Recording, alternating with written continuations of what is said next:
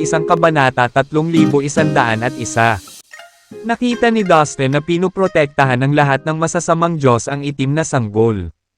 Napansin din niya na ang mga banal na Diyos ay gustong lumagpas sa hadlang na nagpoprotekta sa sanggol. Mukhang ang maitim na batang iyon ay ang tinatawag na masamang sanggol.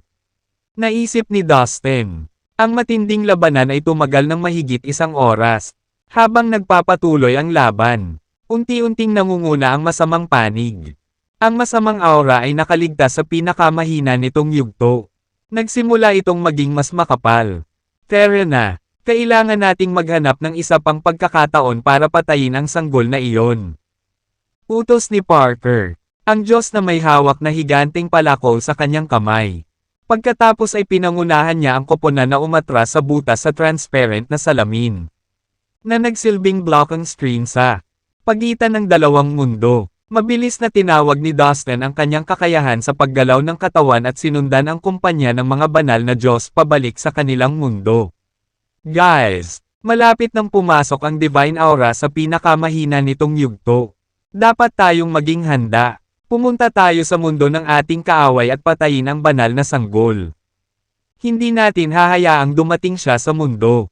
Nakatutok ang kanyang tingin sa napakalaking hukbo na umaatres sa mundo ng banal na Diyos. Umungal si Elliot sa galit. Ang kanyang higanteng mga mata ay kumikinang na may kislap ng pagnanasa. Pumunta ka at patayin sila. Dapat nating patayin ang banal na sanggol. Ang malamig na itim na fog ay bumukol at pumuno sa mundo ng masamang Diyos. Umaalo na parang tsunami na bumagsak. Maraming masasamang Diyos ang sumigaw upang magpakawala ng nakakabinging. Dagendong, ang banal na sanggol. Tanong ni Dustin. Nagulat siya sa narinig. Nagmamadali siyang tumingin sa gitna ng mundo ng mga banal na Diyos. Doon, nakita niya ang isang altar, na nababalutan ng maliwanag na banal na liwanag. Maraming mahiwagang defense array ang na-deploy sa palibot ng platform para protektahan ito. Sa pinakapuso ng altar ay isang ginintoang sanggol. Same time na nakaupo, ang bata ay nagsuot ng mapayapang ekspresyon sa kanyang mukha. At siya ay nakaupo na naka-cross-legged na para bang siya ay isang ganap na nasa hustong gulang. Paminsan-minsan ay naglalagay siya ng inosenteng ngiti sa kanyang mukha o kaya naman ay napapikit na lamang siya at nagpahinga sandali.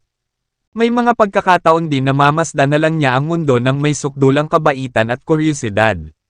Sa kanyang mga mata, ihanda ninyo ang inyong mga sarili. Lahat, priority namin ang protektahan ang banal na sanggol. Malakas na anunsyo ni Parker habang ilang beses niyang ibinaba ang kanyang palakol. Sa ilalim ng kanyang utos, ang lahat ng mga banal na Diyos ay bumuo ng isang maayos na hanay at agad na nawala sa kawalan. Para silang magpapahinga at ihahanda ang kanilang sarili para sa darating na labanan. Lumipas ang kalahating araw. Ito na ang sandali. Umalis na tayo at patayin ang banal na sanggol. Ang mundo ng masamang Diyos ay gumalaw habang ang lahat ng mga makasalanan ay nasa sabik para sa paparating na laban. Puno sila ng mamamatay tao na intensyon. Lalo na ang kanilang pagnanais na patayin ang banal na sanggol. Bang! Isang butas ang lumitaw sa transparent na salamin na naghahati sa dalawang mundo. Ang mga kakaibang hugis na masasamang Diyos ay sumugod sa butas at pumasok sa mundo ng banal na Diyos nang walang tigil. Ang makapal na itim na fog na kanilang ibinigay ay nahawahan ang dalisay na mundong ito. Ang mga banal na Diyos ay nagkatawang tao sa harap ng altar at umikot sa paligid nito upang protektahan ang banal na sanggol. Parehong ginawa ng mabuti at masasamang panig ang kanilang makakaya upang talunin ang kaaway. Natagpuan ni Dustin ang isang malayong sulok sa mundo ng mga banal na Diyos para sa kanyang sarili. Nagtago siya doon at pinanood ang laban mula sa kanyang kanlungan. Ligtas at ligtas sa lahat ng labanan. Habang pinagmamasdan niya ang labanan, kinalma niya ang sarili at pinag-aralan ang mga galaw ng mga Diyos. Napansin niya ang kanilang martial arts skills at ang kanilang mga secret techniques. Hindi niya maiwasang humanga sa kanilang mga pambihirang kakayahan. Ang pinakasimpleng suntok mula sa isang Diyos ay naglalaman ng libo-libong mahiwagang tuntunin ng kaayusan. Ang epekto ng lahat ng mga nakatagong pamamaraan at kasanayang ito na nagsasama-sama ay naglabas ng labis na kakilakilabot na kapangyarihan. Inakala ni Dustin na sa kanilang magkasanib na pagsisikap. Kahit na ang lahat ng mga martial arts masters mula sa lahat ng universo ay hindi makakalaban sa isang simpleng pag-atake mula sa isang Diyos dito. Ano? Ang teknik ng Heavenly Fighting Skill. Nabigla si Dustin habang pinapanood ang pagsulong ng labanan. Hindi niya maiwasang humanga sa mga makapangyarihan at makapangyarihang nilalang na nauna sa kanya. Nakita niya ang isang lalaking nakasuot ng pilak na baluti na umaatake sa isang masamang Diyos. Sumakay ang lalaki sa isang makapangyarihang kabayo at may hawak na mahabang sibat sa kanyang kamay. Buong lakas niyang sinugod ang masamang Diyos. Nakapagtataka. Ginamit ng lalaki ang Heavenly Fighting Skill para atakihin ang kanyang kaaway. Ang partikular na cavalier na ito ay ang banal na general sa ilalim ng pamumuno ni Reyna Siobhan. Nakita na siya ni Dustin noon. At natutunan niya ang unang dalawang diskarte ng Heavenly Fighting Skill. Ang Sky Piercing Skill at ang Sky Collapsing Skill. Ang Heavenly Fighting Skill ay naglalaman ng tatlong teknik sa kabuuan. Noon, sa kritikal na sandali kung kailan ipapakita na ng banal na general ang ikatlong teknik. Gayunpaman, ang 81 tapat na tagasunod ni Elliot ay nagmamadaling salakayin siya. Kaya naantala siya sa paglulunsad ng ikatlong teknik ng Heavenly Fighting Skill. Hindi inaasahan ni Dustin na makikita muli ang general dito. Ito ay isang magandang pagkakataon para matutunan ko ang ikatlong pamamaraan ng Heavenly Fighting Skill. Nakaramdam ng pananabik si Dustin habang pinagmamasdan ang mga galaw ng banal na general. Sigurado siyang tiyak na gagamitin ng banal na general ang pangatlong pamamaraan ng Heavenly Fighting Skill. Subukan mo ang Sky Obliterating Skill. Iyan ang pinakamalakas sa tatlong teknik. Pagkatapos isagawa ang Sky Piercing Skill at ang Sky Collapsing Skill. Ang lalaking nakasuot ng silver armor ay umungol at sinimulan ang ikatlong teknik. Marahas niyang sinubo ang sibat mula sa kanyang 1/15 kamay. Pagkatapos, biglang tumahimik ang paligid na parang walang buhay na nilalang. Ang lugar ay agad na itim. At nawala ng anumang uri ng liwanag. Ang isang kakilakilabot na puwersa ng pagkawasak ay patuloy na ibinubugo mula sa sibat. Kumalat ito sa lahat ng direksyon na may mga ripples ng enerhiya. Ang buong espasyo sa unahan ng lalaki ay nagsimulang maglaho. Ang oras at espasyo sa paligid niya ay nagsimulang gumuho na parang alikabok. Walang natira kundi isang madilim na walang laman sa lugar na iyon. Sa harap ng lalaki, nasaksihan ng masamang Diyos ang pagbagsak ng kanyang katawan sa ilalim ng napakasamang pag-atake. Kasabay ng pagbagsak ng oras at espasyo, ang napakalaking frame nito ay nagkalat at naglaho. Ang pangatlong pamamaraan ay talagang nakakatakot. Ramdam ni Dustin ang pagtindig ng mga balahibo sa kanyang balat habang nakatingin siya sa parehong pagtataka at pagkamangha. Gayunpaman, sa kanyang pagkabigo, inihayag ng banal na general ang pangalan ng ikatlong pamamaraan lamang. Hindi niya binanggit ang cultivation formula nito. Kung wala ang formula, imposible para kay Dustin na maunawaan ang mga lihim ng pamamaraan. Kahit na nakita niya kung paano ginamit ito ng banal na general at naalala ang lahat ng mga galaw. Damn it, I cannot give up, I should give it a try. Kahit hindi ko alam ang cultivation formula. Ayaw sumuko ni Dustin dahil may matinding pagnanais siyang matutunan ang ikatlong pamamaraan ng Heavenly Fighting Skill. Kaya't kabisado niya ang lahat ng mga galaw na ginawa ng banal na general at sinundan niya ito. Sa kanyang mahusay na kakayahan ng pangunawa. Umaasa siyang maaari niyang malaman ang formula at ma-decode ang mga lihim ng pamamaraang ito ng mag-isa. Nakakatuwa. Anong ginagawa ng binata? Di nagtagal pagkatapos simulan ni Dustin na linangin ang ikatlong pamamaraan ng Heavenly Fighting Skill.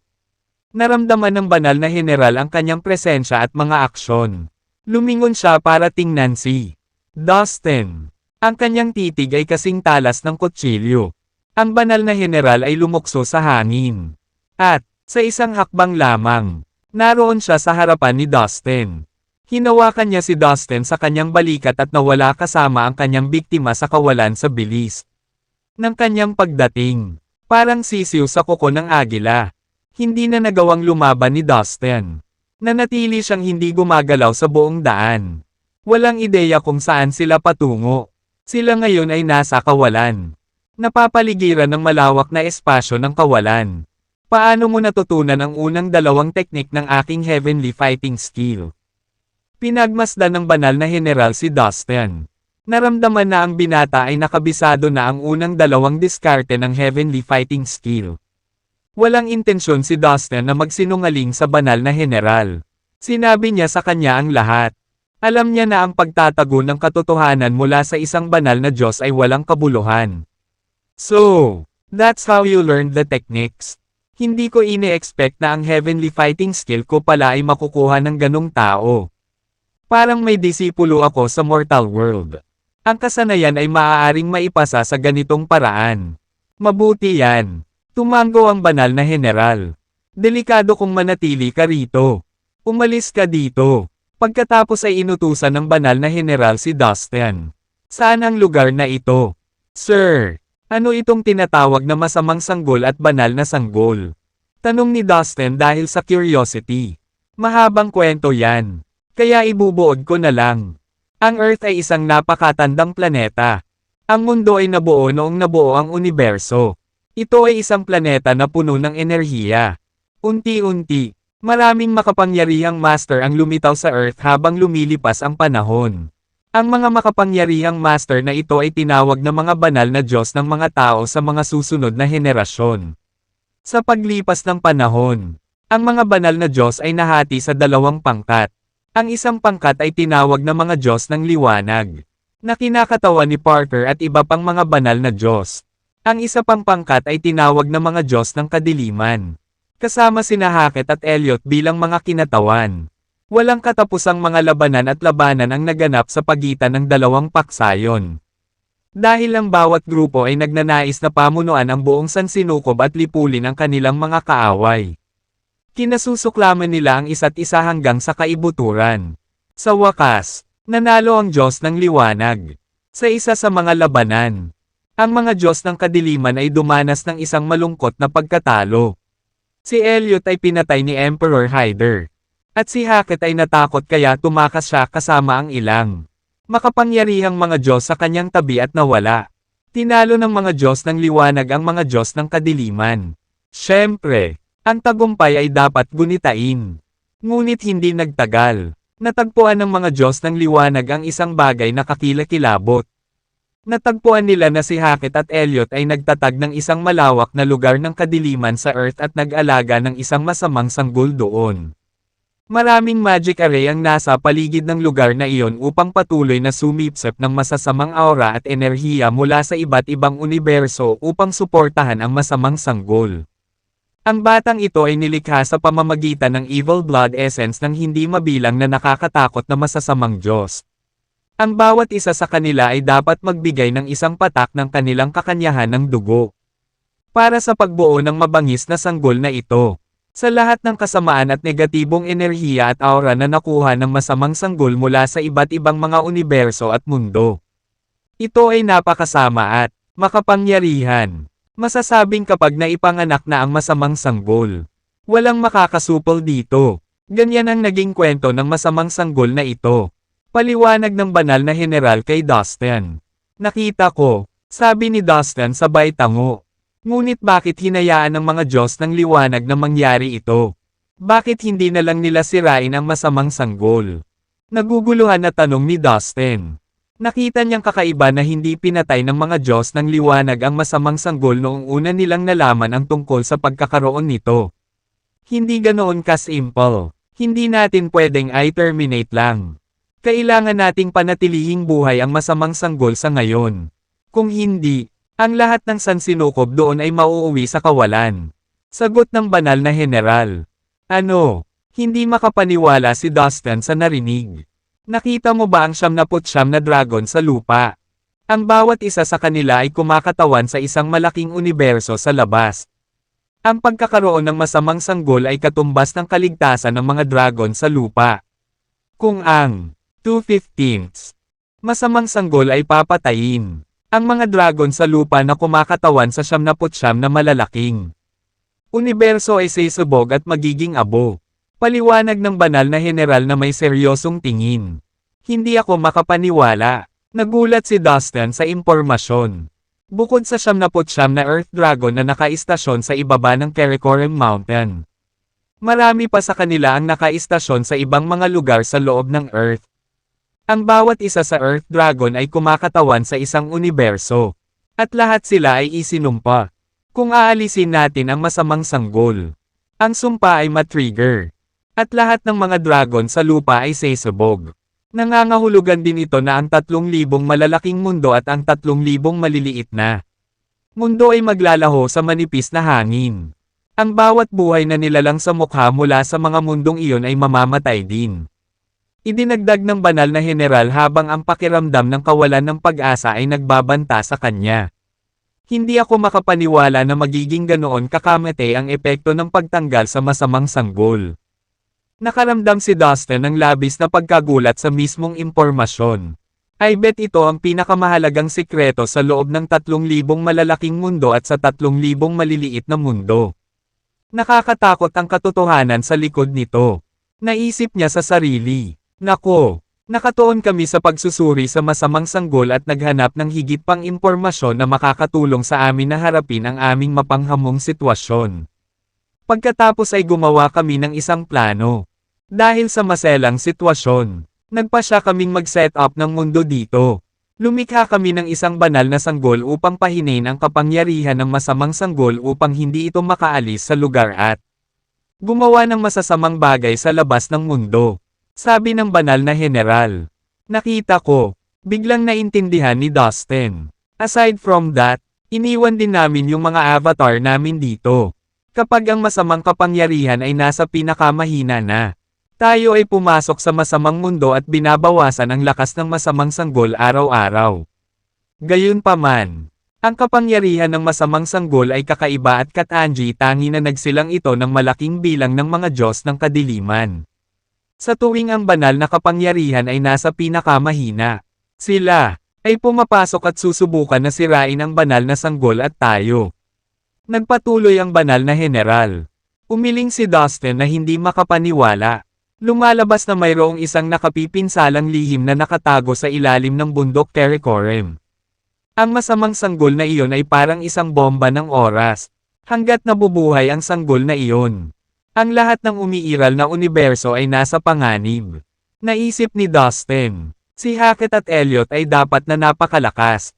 Lumikha sila ng isang makapangyarihang masamang sanggol. Bulalas ni Dustin. Oo, sila nga. Ang mga taong nagmula sa kailaliman ng Sea of Chaos ay ang tanging may talento at may sapat na kakayahan upang gawin iyon. Tugon ng banal na general. Ngunit bakit naglaho ang lahat ng mga banal na Diyos mula sa lahat ng mundo? Kabilang dito sa Yellow Cosmos at Earth. Anong nangyari sa kanila, sir? Tanong ni Dustin dahil sa curiosity. Matagal nang gustong malaman ng lahat ng nabubuhay na nilalang sa lahat ng sansinukob ang sagot sa tanong na ito. Maraming taon ko nang binabantayan ang lugar na ito. At nawalan ako ng koneksyon sa aking tunay na katawan. Ako at ang aking tunay na katawan ay dalawang magkahiwalay na nilalang ngayon. Natatakot ako na hindi ko masagot ang iyong tanong. Sabi ng banal na general. Pinuno ng kanyang sagot ang sakit sa kanyang mga mata. Ang lugar na ito ay puno ng hindi kilalang panganib. Hindi ako nagsisinungaling. Kailangan mong umalis sa lalong madaling panahon. Binalaan ng banal na general si Dustin. Pagkatapos ay itinuro niya ang kanyang daliri sa ulo ni Dustin. At maya-maya lang ay isang sinag ng liwanag ang pumasok sa soul sea ng Dustin. Ang liwanag ay naglalaman ng formula ng heavenly fighting skill. Binubuo din ito ng sariling karanasan sa pakikipaglaban ng banal na general at mga pananaw sa kasanayan. Tuwang-tuwa si Dustin sa regalo ng banal na general.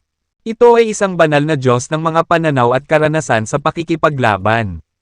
Napakaswerte ko, naisip niya, maya-maya lang. Nakarinig sila ng nakakatusok na ingay mula sa masamang kaharian sa tapat nila. Ang banal na kapangyarihan ay nasa pinakamahina.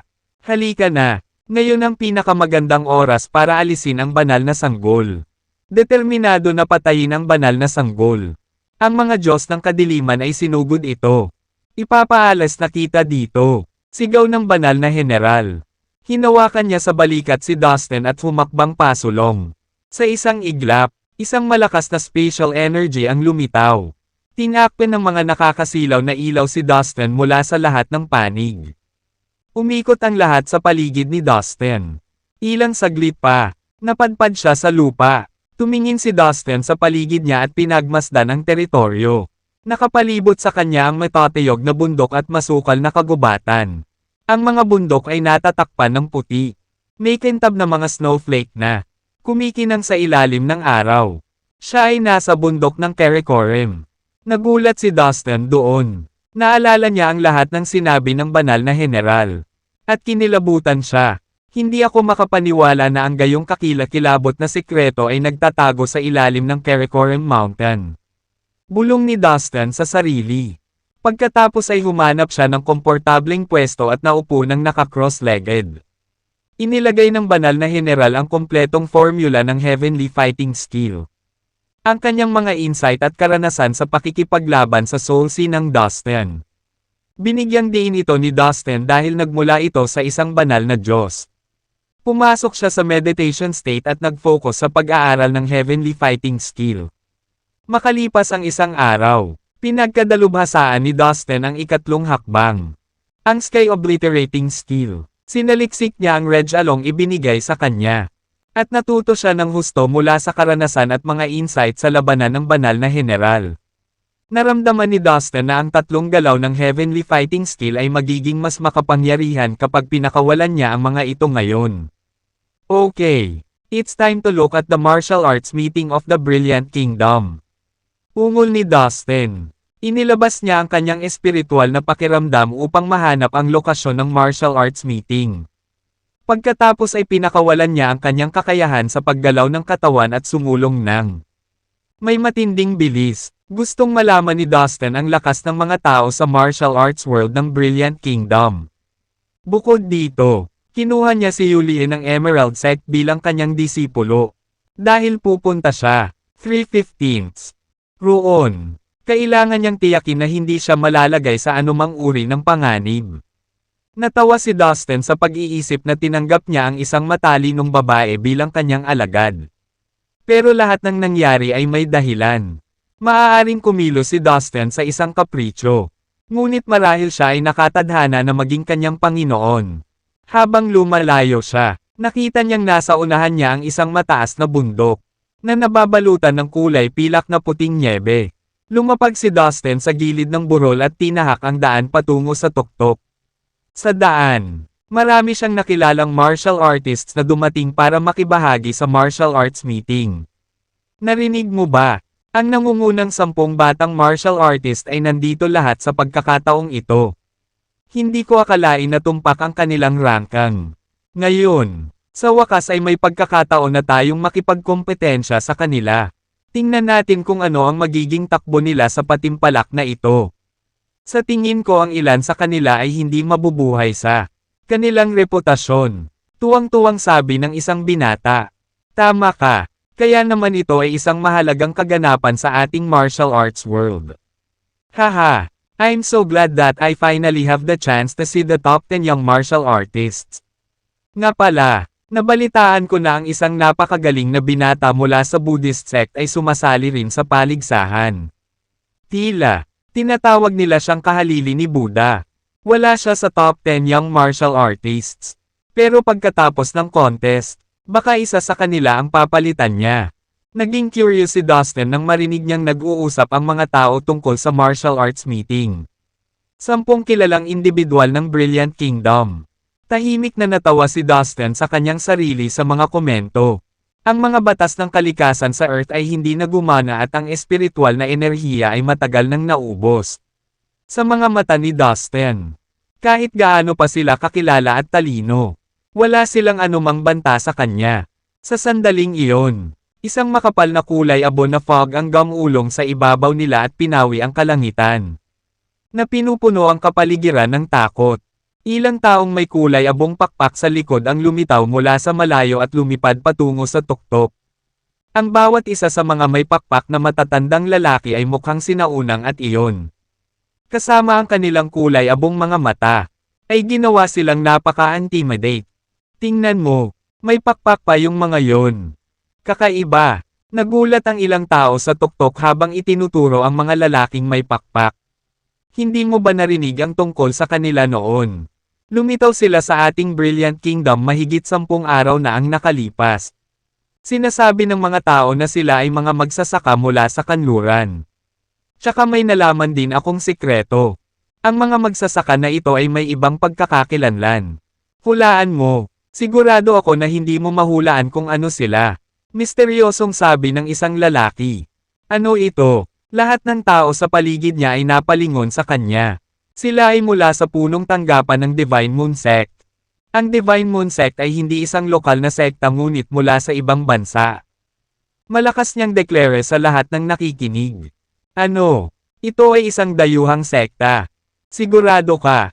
Ang balita ay nagpadala ng mga alon ng pagkabigla sa mga nakarinig. Karamihan sa kanila ay unang nakarinig nito at nagdulot ng kaguluhan sa kanila. Nga pala, narinig ko rin na ang mga cultivator na ito ay nagmula sa punong tanggapan ng Divine Moon Sect na sumugod sa ating bansa para pumatay ng tao. Ang taong gusto nilang patayin ay Dustin Lin. Ang lalaki ay nagpahayag ng mas nakakagulat na balita. Kaya gusto nilang patayin ang lalaking Dustin na iyon. Nakanganga ang lahat sa kanya dahil sa gulat. Hindi naman talaga nakakagulat. Ang taong iyon ay pumatay ng napakaraming tao sa suburb ng Smile City. Maraming miyembro mula sa mga pangunahing sekta tulad ng Buddhist Sect, Tang Clan, West Mountain Sect, East Mountain Sect, at maging ang Divine Moon Sect ang pinatay. Ngayon lahat sila ay naghahanap kay Dustin para maghiganti. May nagpaliwanag. Narinig ko rin na ang Heavenly Mountain Sect ay nagtataglay ng sama ng loob sa kanya. Isang puwersang kaanib sa Heavenly Mountain Sect. Ang Shukla na kilala mo, ay muntik ng mapuksa ni Dustin. Damn it, saang lupalop nang galing ang brat na yan. Isa siyang kargada ng gulo. Siya ay naging karaniwang kaaway ng martial arts world sa loob ng ilang araw. Ang bawat alagad sa tuktok ng bundok ay hayagang nagsimulang magchismis tungkol kay Dustin. Hindi ako makapaniwala na sikat na ako. Napaisip si Dustin at napangisi. Hindi pa katagal. Pinatay ni Dustin ang isang grupo ng mga tao mula sa mundo ng martial arts sa mga suburb ng Smile City. Sa kanyang depensa, ito ay dahil tinulungan niya ang isang paralisadong lalaki na makabangon gamit ang Magic Seawater at pagkatapos ay gumamit ng Divine Pill para pahabain ang buhay ng lalaki ng 30 taon. Pagkatapos nito, isang malaking grupo ng mga magsasaka ang tumunten sa kanya at kaya pinatay silang lahat ni Dustin maliban sa iilan na nakatakas. Tila mabilis na naipalaganap ng mga nakaligtas ang balita. Dahil ginamit ni Dustin ang kanyang tunay na pangalan sa auction at nakilala nila ni Elias ang isa't isa. Ang kanyang pagkakakilanlan ay madaling naimbestigahan ng mga cultivator ng Brilliant Kingdom. Sa kabutihang palad, ipinadala ko na ang aking pamilya sa templo ng Diyos ng bundok. Nag-set up din ako ng maraming array sa paligid ng templo, na magsisiguro sa kanilang kaligtasan. Napaisip si Dustin sa sarili. Mayroong isang malaking grupo ng mga klasikong istilong gusali sa tuktok ng bundok pati na rin ang isang malaking parisukat na sementadong may mga slab na bato. Ang parisukat ay itinayo tulad ng isang arena sa Roma. Bukod dito, mukhang sinaunang ito ngunit solid pa rin at kayang tumanggap ng hindi bababa sa 10,000 tao. Dito gaganapin ang martial arts meeting. Punong-puno ng tao ang mga upuan sa auditorium. Ang bawat malaking sekta o angkan ay malinaw na naiiba sa isa't isa. Ang isang grupo ng mga tao mula sa Emerald Sect ay nagkakaroon ng mainit na talakayan. Superior Elders, Leader, mabangis pala talaga ang Dustin na tumutuloy sa headquarters namin. Hindi lang daan-daang cultivator ang pinatay niya mula sa iba't ibang sekta sa Smile City kundi halos lipulin din ang Shuklan sa Timog Kanluran. Mga nakatataas na matatanda at pinuno. Mangyaring mag-isip ng 2 beses. Ang ating Emerald Sect ay hindi maaaring makipagkaibigan sa isang taong uhaw sa dugo at ganid. Dahil kay Dustin, madadami tayo at maaaring maging karaniwang kaaway ng martial arts world. Si Hiram, isang gwapong binata na may mahabang espada, 4/15, na nakasabit sa kanyang baywang, ay nabalisa na kinawayan si Dustin. Nanatiling tahimik ang tatlo sa nakatataas na matatanda at ang pinuno na parang malalim ang iniisip. Pagkatapos ng lahat, walang kasinungalingan sa mga salita ni Hiram. Bilang mga pangunahing pinuno ng Emerald Sect, kinailangan nilang apat na maingat na tingnan ang sitwasyon mula sa lahat ng anggulo. Hiram, tumahimik ka. Huwag magsalita ng ganyan tungkol sa aking amo. Humph, sa tingin mo ba hindi ko alam ang binabalak mo? Itinayo mo ang aking Panginoon dahil ayaw mong manatili ako sa kanya. Malakas na sumigaw si Yulie. Nakataas ang kilay niya habang nakatingin kay Hiram. Yulie, anong pinagsasabi mo? Lahat ng sinabi ko ay para sa kapakanan ng ating Emerald Sect. Masyado ka pang bata at walang muwang. Hindi mo alam ang mga panganib sa labas ng mundo. Si Dustin ay isang masamang tao at maaga o huli ay hihilahin ka pababa kasama niya. Yulie, hindi ako papayag na manatili ka pa sa kanya. Ang tono ni Hiram ay napuno ng mapagmataas na matuwid na galit. Ang mga salita ni Hiram ay may katuturan. Siguro ang ating Emerald Sect ay dapat na magkaroon ng isang tiyak na distansya mula sa Dustin para hindi tayo maapektuhan ng kanyang mga aksyon. Dahan daw ang sabi ng isang superior elder. Lolo, balis ang lumingon si Yulie sa kanyang lolo. Ang kanyang mga mata ay nagsusumamo ng tulong. Ano sa tingin mo ang lakas ni Dustin? Tanong ng lolo ni Yulie. May isang mabilis na sandali kung saan ang pinuno ng Emerald Sect at ang dalawang iba pang nakatataas na elder ay natigilan sa tanong bago nila mabilis na natipon ang kanilang mga saloobin at sumagot. Kahit na, labanan natin siya ng magkasama. Hindi tayo makakaligtas ni isa man sa kanyang suntok. Batay sa iyong kasalukuyang kaalaman tungkol sa maraming nangungunang martial artist sa mundo ng martial arts ng ating Brilliant Kingdom.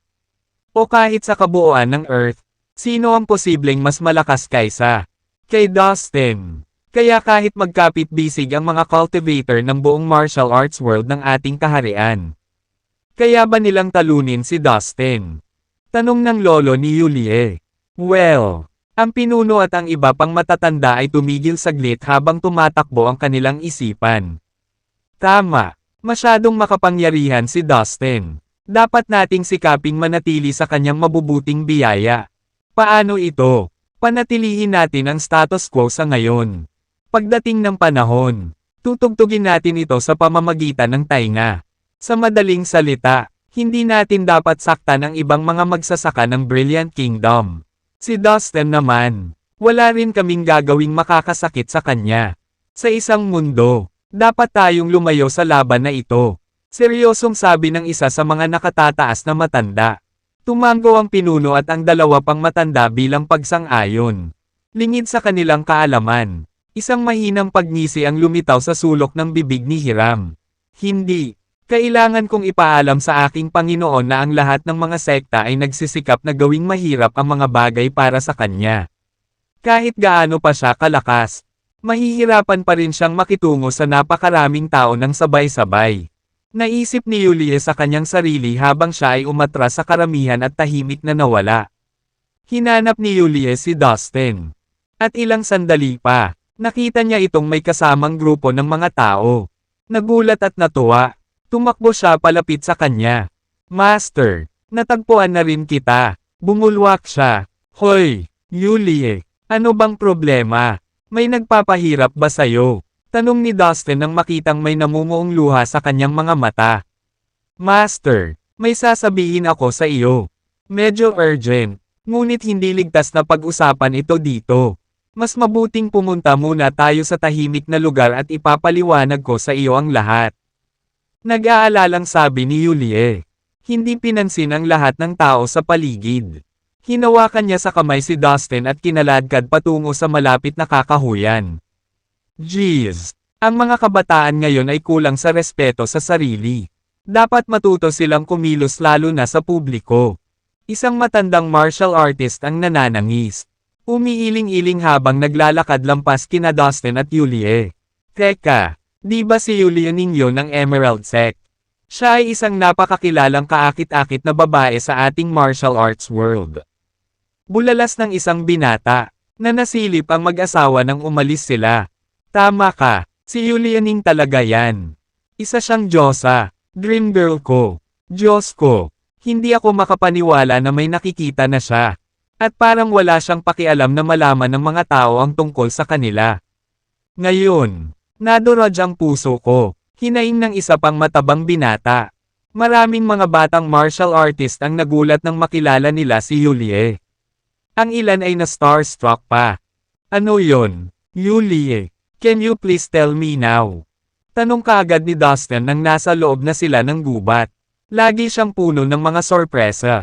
Hindi katulad ng ibang mga babaeng kilala ko.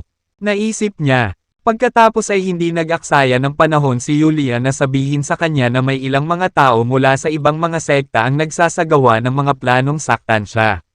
Well, I see. Thanks for the heads up. I really appreciate it. So, nag-aalala ka sa akin. Sabi ni Dustin na natouch sa pag-aalala ni Yulia sa kanya. Don't worry. No one on earth is a match for me. They can try as many times as they'd like. But they are doomed to fail. So, don't worry about me at all. Okay. Tara na. Gusto kong makita kung ano ang gagawin nila sa akin. Sabi ni Dustin na may ngiti sa labi. Ngunit, Master, napakarami mo. Sa palagay ko ay hindi ito ang magandang panahon para makipaglaban. Sa tingin ko, pinakamabuting magtago ka sa kanila. Pansamantala, nag-aalalang mungkahi ni Yulie. Bagamat nahihigitin nila ako, hindi nila ako kayang saktan. Kahit kaunti o kalmo. Halika, harapin natin silang lahat. Kung manggawas silang maging masama sa iyo at sa akin. Sisipain ko ang kanilang mga asno. Hindi nila malalaman kung ano ang nangyari sa kanila. Panatag si Dustin sa kanya. Nang marinig ito, napatawa si Yulie. May tiwala ka sa akin. Di ba, Yulie? Tanong ni Dustin na nakataas ang kilay. Oo. Ako. Bahagyang napanatag ang isipan niya nang makitang ganoon ang ugali ni Dustin. Sa kanyang mga mata, si Dustin ay isang superhero. Isang alamat. Pagkatapos, dinala siya ni Dustin sa arena sa tuktok ng 5/15 bundok. Iilan lang ang nakakakilala sa kanya doon. Bukod dito, malayang naglalabas-masok ang mga tao. Dahil doon, walang nakakilala kay Dustin at naglakad siya papunta sa lugar kung saan nakaupo ang ilang tao mula sa Emerald Sect. Tignan mo kung sino. Si Dustin yun. Ang biglaang pagsulpot ni Dustin ay labis na ikinagulat ng tatlong nakatataas na matatanda at ang pinuno ng sekta ng Emerald Sect. Para sa isang sandali, sila ay nalilito kung paano siya pakikitunguhan. Nakita ni Dustin ang kanilang mga ekspresyon sa isang sulyap at nabasa ang kanilang mga isip. Pagkatapos noon, nakahanap si Dustin ng upuan at naupo. Nang hindi masyadong pinapansin ang mga tao mula sa Emerald Sect. Ang tatlong nakatataas na matatanda. Ang pinuno at ang iba pang miyembro ng Emerald Sect ay hindi nang ahas na maging masyadong malapit kay Dustin. Para maiwasan ang gulo dahil sa kanya. Dumistansya. Silang mabuti at umupo sa kapansin-pansing distansya mula sa kanya. Ang mga tao ng Emerald Sect ay nagkasundo. Hindi sila papanig kay Dustin o sasaktan siya.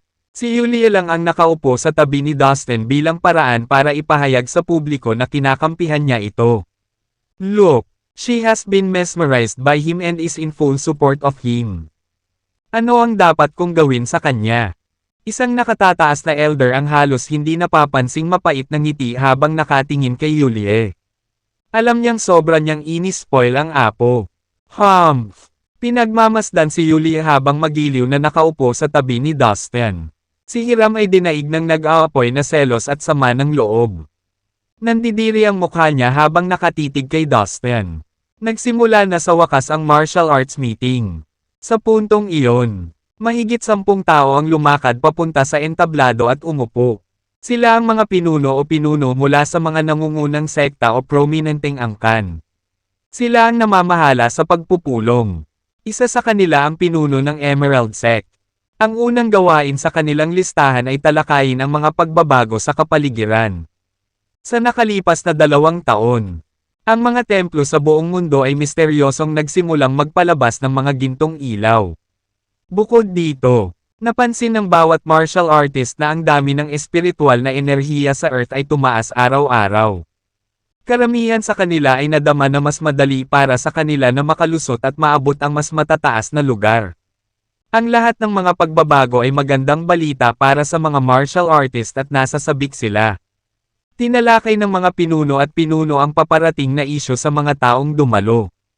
Gayunpaman, subukan hanggat maaari. Hindi nila maisip kung ano ang biglang nag-trigger ng mga palatandaan o kung bakit sila naging aktibo. Pagkatapos ng lahat, ang mga dahilan, pati na rin ang pinagbabatayan ng mga puwersa na responsable para sa mga ganitong uri ng mga pagbabago sa mundo ay masyadong komplikado at misteryoso. Imposibleng maunawaan ng mga martial artist na ito. At sumuko sila sa pagsubok. Si Dustin ay may sariling haka-haka. Ngunit hindi siya lubos na sigurado tungkol dito. Lahat, ang mga templo ay nagising. At ang dami ng espiritual na enerhiya ay tumataas araw-araw. Ang lahat ng ito ay mga palatandaan na ang panahon ng martial arts ay darating. Dapat nating samantalahin ang pagkakataon na magsanay ng mas mahirap at hanggat kaya natin. Upang mapabuti ang ating mga lakas. Balang araw, mapapamahalaan natin ang mundo. Tuwang-tuwang pagtatapos ng isang prestihiyosong elder na may puting buhok. Ang kanyang pahayag ay nagpahiwatig ng pagtatapos ng unang bahagi ng pulong. Halos hindi pa niya natatapos ang kanyang mga salita nang ang mga tao ay sumambulat sa isang malakas na palakpakan. Ang pangalawang link ay ang Martial Arts Contest. Ito ay isang kompetisyon sa pagitan ng mga batang martial artist. Ang layunin ng kompetisyon ay upang matukoy ang lakas ng mga alagad mula sa iba't ibang sekta o angkan. Higit na binibigyang halaga ng karamihan ang bahaging ito at inaabangan nila ito. Kung tutuusin, ang mga kompetisyon na tulad nito ay palaging nakakakuha ng atensyon ng mga martial artist mula sa lahat ng dako. Hindi sila nagsasawa sa panunood ng mga tunggalian at labanan. Lalo na kapag ang laban ay sa pagitan ng dalawang master. Sa ganitong paraan, nasaksihan nila ang mga pambihirang pagpapakita ng kasanayan sa martial arts.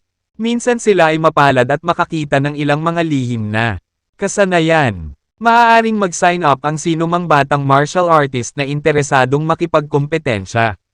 Ang mga kumpirmadong kalahok ay magbubunot ng palabunutan upang magpasya kung sino ang kanilang mga kalaban. Ang mga natalo sa kanilang mga kalaban ay natural na matatanggal sa kompetisyon. Sa kalaunan ay ginawa ang isang pagraranggo batay sa mga pagtatanghal ng bawat kalahok. Yulie, you should go and have a try. I'm sure that you are much better than most. Tandaan lang na huwag hayaang makita ng ibang tao ang iyong tunay na lakas sa simula pa lang. Nakangiting sabi ni Dustin nang makita ang excited na ekspresyon sa mukha nito. Okay master, salamat sa advice. I will keep that in mind. Sa pag-aproba ni Dustin, itinaas ni Yulia ang kanyang mga kamay patungo sa kanya at umalis upang mag-sign up para sa paligsahan. Gayun din, si Hiram at ilang iba pang mahuhusay na disipulo ng Emerald Sect ay nagpunta upang mag-sign up. Nang hindi nakatingin si Dustin, palihim siyang sinulyapan ni Hiram. Isang masamang ekspresyon ang sumilay sa kanyang mga mata. Naramdaman agad ni Dustin ang puot na nagmumula sa kanya. Kahit na hindi man lang siya nag-abala na tumingin. Pagkatapos ng lahat, si Hiram ay wala kahit saan malapit na kwalipikadong maging kanyang kalaban. Sa panaginip niya siguro, halos kaagad. Pagkatapos ng maikling pagpapakilala at ilang anunsyo, nagsimula ang paligsahan. Ang mga natatanging kabataang disipulo mula sa iba't ibang sekta o angkan ay sunod-sunod na dumating sa ring ng labanan. Mabangis na lumaban upang makakuha ng pwesto sa susunod na round. Sa arena, pinakanak ang tagay at palakpakan. Ipinikit ni Dustin ang kanyang mga mata upang magpahinga dahil nalaman niyang boring ang laban. Matagal na siyang lumipat mula sa antas na ito, na para sa kanya, ay para sa mga nagsisimula. Nang si Yulia na, tuluyang iminulat ni Dustin ang kanyang mga mata at itinoon ang buong atensyon sa battle ring. Sa tulong niya, naging mas malakas at mas mahusay si Yulie. Naabot na niya ang Senior Expert Realm. Iyon ay upang sabihin na maaari siyang maging pare-pareho sa mga cultivator sa premium na yugto ng Earth Realm. Siya ngayon ay bahagyang mahina kaysa sa pinuno ng sekta ng Emerald Sect. Tiyak na parang larong pambata ang pagtatalo ni Yulie. 6/15. Sa mga batang martial artist. Haha, ikaw pala ang kalaban ko sa round na ito. Yulie, ang dami ko nang narinig tungkol sa iyo. Ang galing mo daw. Malakas at napakarilag. Kailangan kong pumayag sa lahat ng iyon. Ikaw nga, nararapat sa iyong reputasyon. Payagan mo akong magpakilala. Ako ay mula sa Hollow Sect. At ikinararangal kong maging ang may kumpiyansang sabi ng isang mapagmataas na binata. Nang makita niya si Yulie ay agad niya itong na-crush. Ngunit bago pa niya matapos ang kanyang pangungusap, pinutol na siya ni Yulie. Tumahimik ka, sigaw niya sa sobrang tuyot na tono. Hinampis niya ng espada ang kaliwang mukha ng binata dahilan para lumipad ito palayo. Nahulog siya sa labas ng battle ring. At agad na nag-blackout. Nagpalakpakan ang mga manunood. Ang disipulo ng Hollow Sect na nawala ng malay matapos matamaan ni Yulia ay medyo sikat sa mga kabataang henerasyon ng martial arts world sa Brilliant Kingdom. Sa gulat ng lahat, natalo siya ni Yulia sa isang suntok. Magaling! Pahayag ni Dustin habang tinatango ang kanyang ulo bilang pagsang-ayon. Hindi ako nagkamali kay Yulie. Siya ay isang mahuhusay na magsasaka. At pinagkadalubhasaan ang mga kasanayan sa espada na itinuro ko sa kanya sa napakaikling panahon. Naisip niya, pagkatapos ng maraming round, karamihan sa mga kalahok ay naalis na. Ang mga naiwan ay lahat ay itinuturing na mga elite. Nakapasok sa final round sina Hiram at Yulia ng Emerald Sect. Kung ikukumpara kay Hiram, mas nakatawag ng pansin si Yulia sa mga manunood. Nanalo siya sa kanyang mga kalaban ng hindi pinagpapawisan. Bukod dito, isa siya sa iilang sikat na kaakit-akit at malalakas na babae sa martial arts world ng Brilliant Kingdom. Pumasok si Yulie sa battle ring.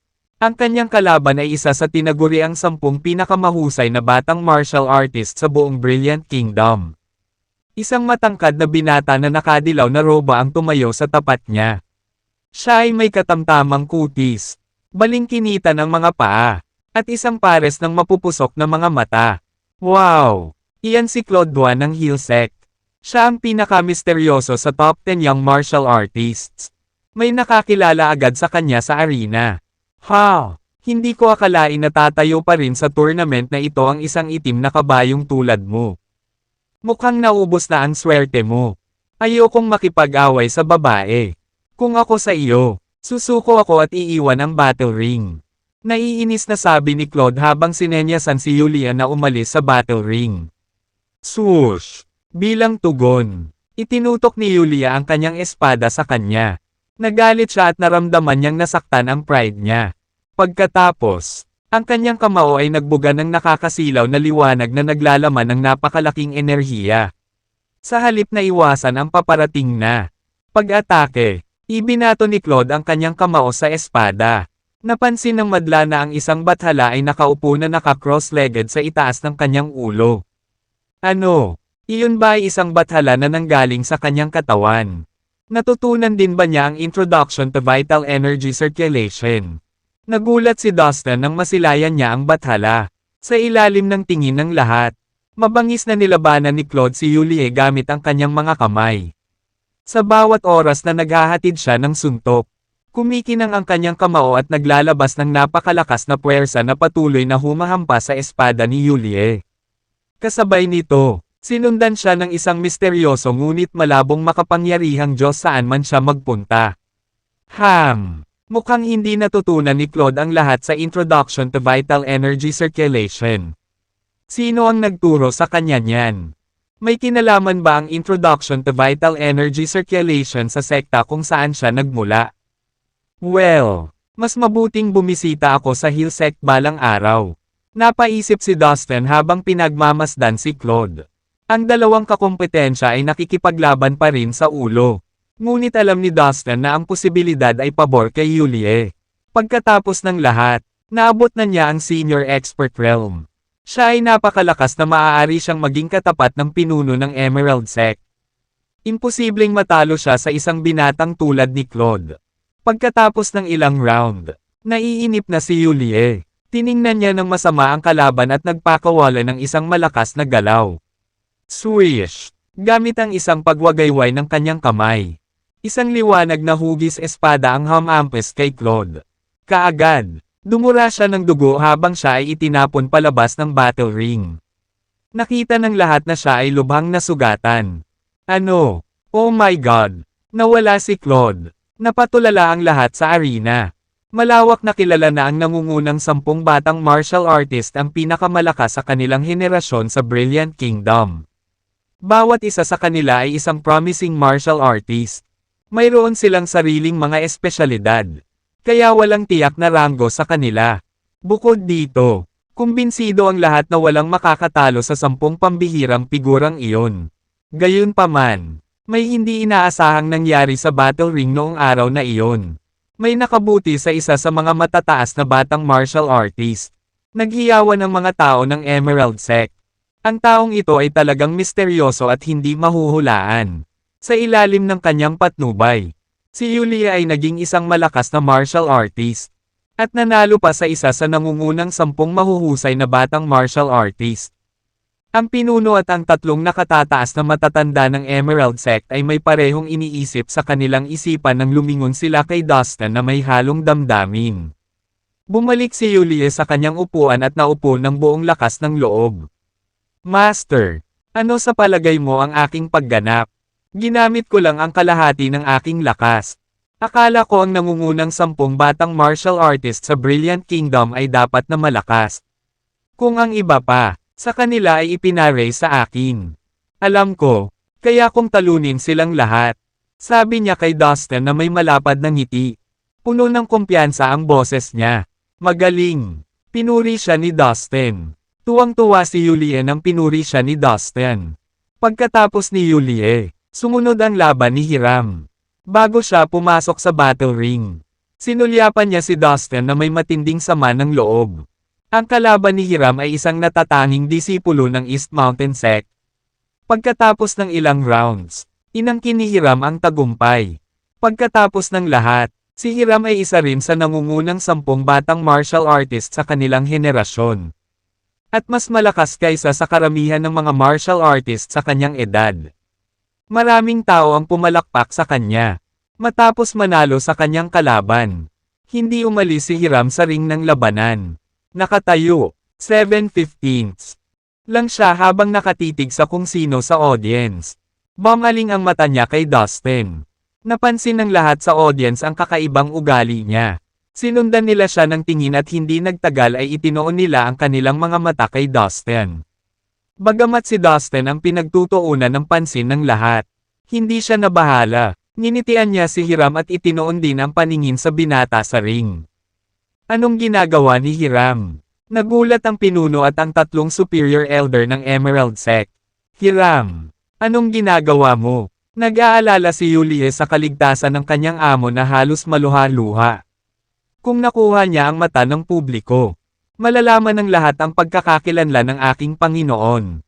Malalagay siya sa panganib. Nag-aalala niyang naisip, lahat, isang walang awa na mamamatay ang lumitaw sa harap natin. Maraming tao mula sa iba't ibang sekta at angkan ang namatay sa kanyang mga kamay. Hinahanap ng lahat ng pinakamakapangyarihang angkan at sekta ang demonyong ito. Ang bastos na ito ay may katapangan na narito ngayon. Ang lalaking iyon ay si Dustin Lin. Sigaw ni Hiram sabay turo kay Dustin. Nakakahiya ka, Hiram. Papatayin kita. Sigaw ni Yulie sa kanya. Tumalon siya sa hangin at lumipad patungo sa battle ring sa bilis ng kidlat. Buong lakas, hinawakan niya ang kanyang espada at isang nakasisilaw na liwanag ang bumalot kay Hiram. Ah, tulong! Pakiramdam ni Hiram ay parang pinuputol siya ng libo-libong matalas na aura ng espada. Sa sobrang takot niya ay bumaling siya sa mga tao ng Divine Moon Sect para humingi ng tulong. Ano? Seryoso? Si Yulia ay nasa senior expert realm. Lahat ng tao sa arena ay natulala. Paanong naging malupit ang isang babae? Ilang matatandang lalaki na may kulay abong pakpak ang lumitaw at tumayo sa tabi ni Hiram sa isang iglap. Sa presensya ng may pakpak na matatanda, ang kulay abong fog na naglalabas ng aura ng kamatayan ay bumalot sa battle ring at kumalat sa lahat ng direksyon. Sinalubong ang mga tao nang makita ang 5 misteryosong matandang lalaki na nakatayo sa singsing na may nakamamanghang kulay abo na mga pakpak at walang emosyong kulay abong mga mata. Inihampas ng isa sa mga matandang lalaki ang kanyang hubad na palad sa espada ni Yulie. Isang malakas na abuhing fog ang pinakawalan mula sa kanyang kamay at ang espada ay lumipad mula sa kanyang kamay. Nagkapira-piraso ito habang pumailan lang sa kalangitan. Isang hindi nakikitang malaking puwersa ang sumalpok kay Yulie ng sabay-sabay. Napabuga siya ng malayo habang iniluwa niya ang isang subo ng dugo at ang kanyang mukha ay pumuti.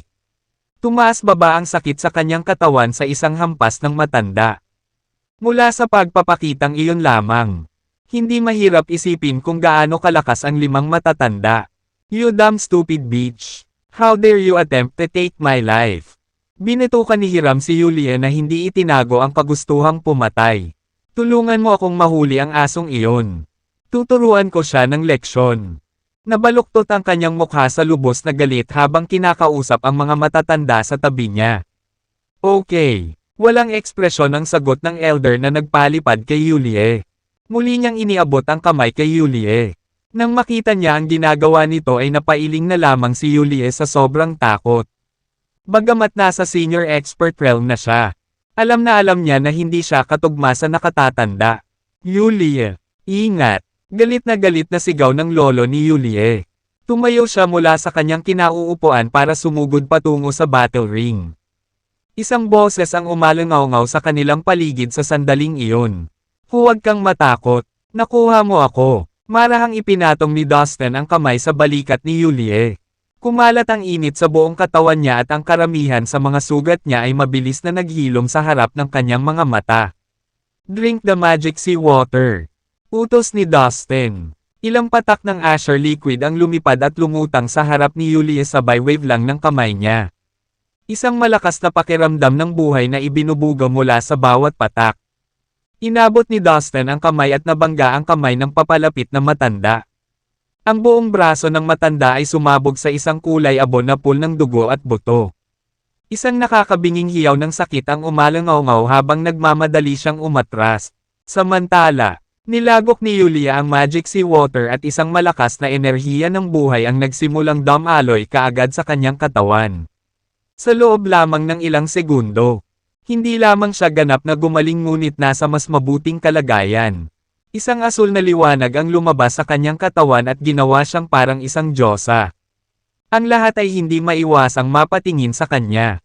Iyan ay isang mahiwagang gamot. Gulat na gulat ang lahat sa arena sa eksena. Si Yulie ay malubhang nasugatan. Ngunit pagkatapos uminom ng ilang patak ng asul na likidong iyon, hindi lamang gumaling ang kanyang mga sugat. Siya ay nasa mas mabuting kalagayan. Iyon siguro ang maalamat na elixir. Lahat sila ay nag-isip ng may pagtataka. You little bastard. You're finally here. Sigaw ng isang booming voice.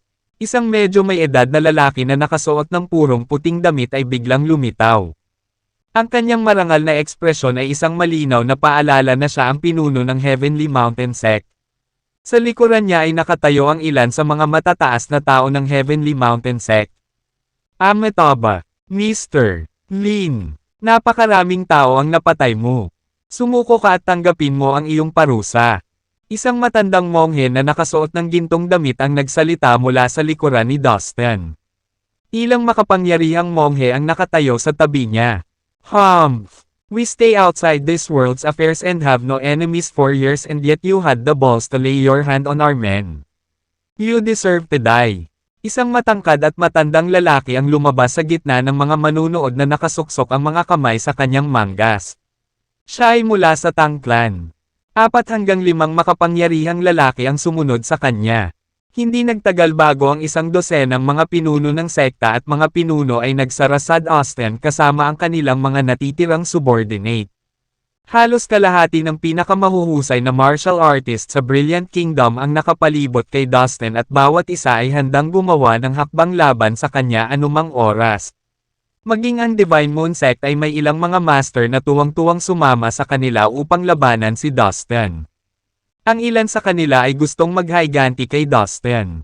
Ngunit karamihan sa kanila ay nais. 8/15 Lamang na nakawan siya ng kanyang mga magic pill. Ang ginawa ni Dustin sa auction sa Smile City ay kumalat na sa buong mundo ng martial arts ng Brilliant Kingdom. Ang lahat ay kumbinsido na si Dustin ay may mas maraming mahiwagang table task sa kanya. Alam din ng mga high-level na miyembro ng Heavenly Mountain Sect na si Dustin ay may maraming mahahalagang cultivation resources sa kanya. In short order, naging biktima nila si Dustin at lahat sila ay nangangati na kunin ang kanyang mga kayamanan. Master, ano ang dapat nating gawin? Mas marami tayo. Hindi na tayo pwedeng manatili dito. Magtulungan tayo at ipaglaban ang ating paraan. Tumulo ang mga luha ng takot sa pisngi ni Yulia habang hinihimok niya si Dustin.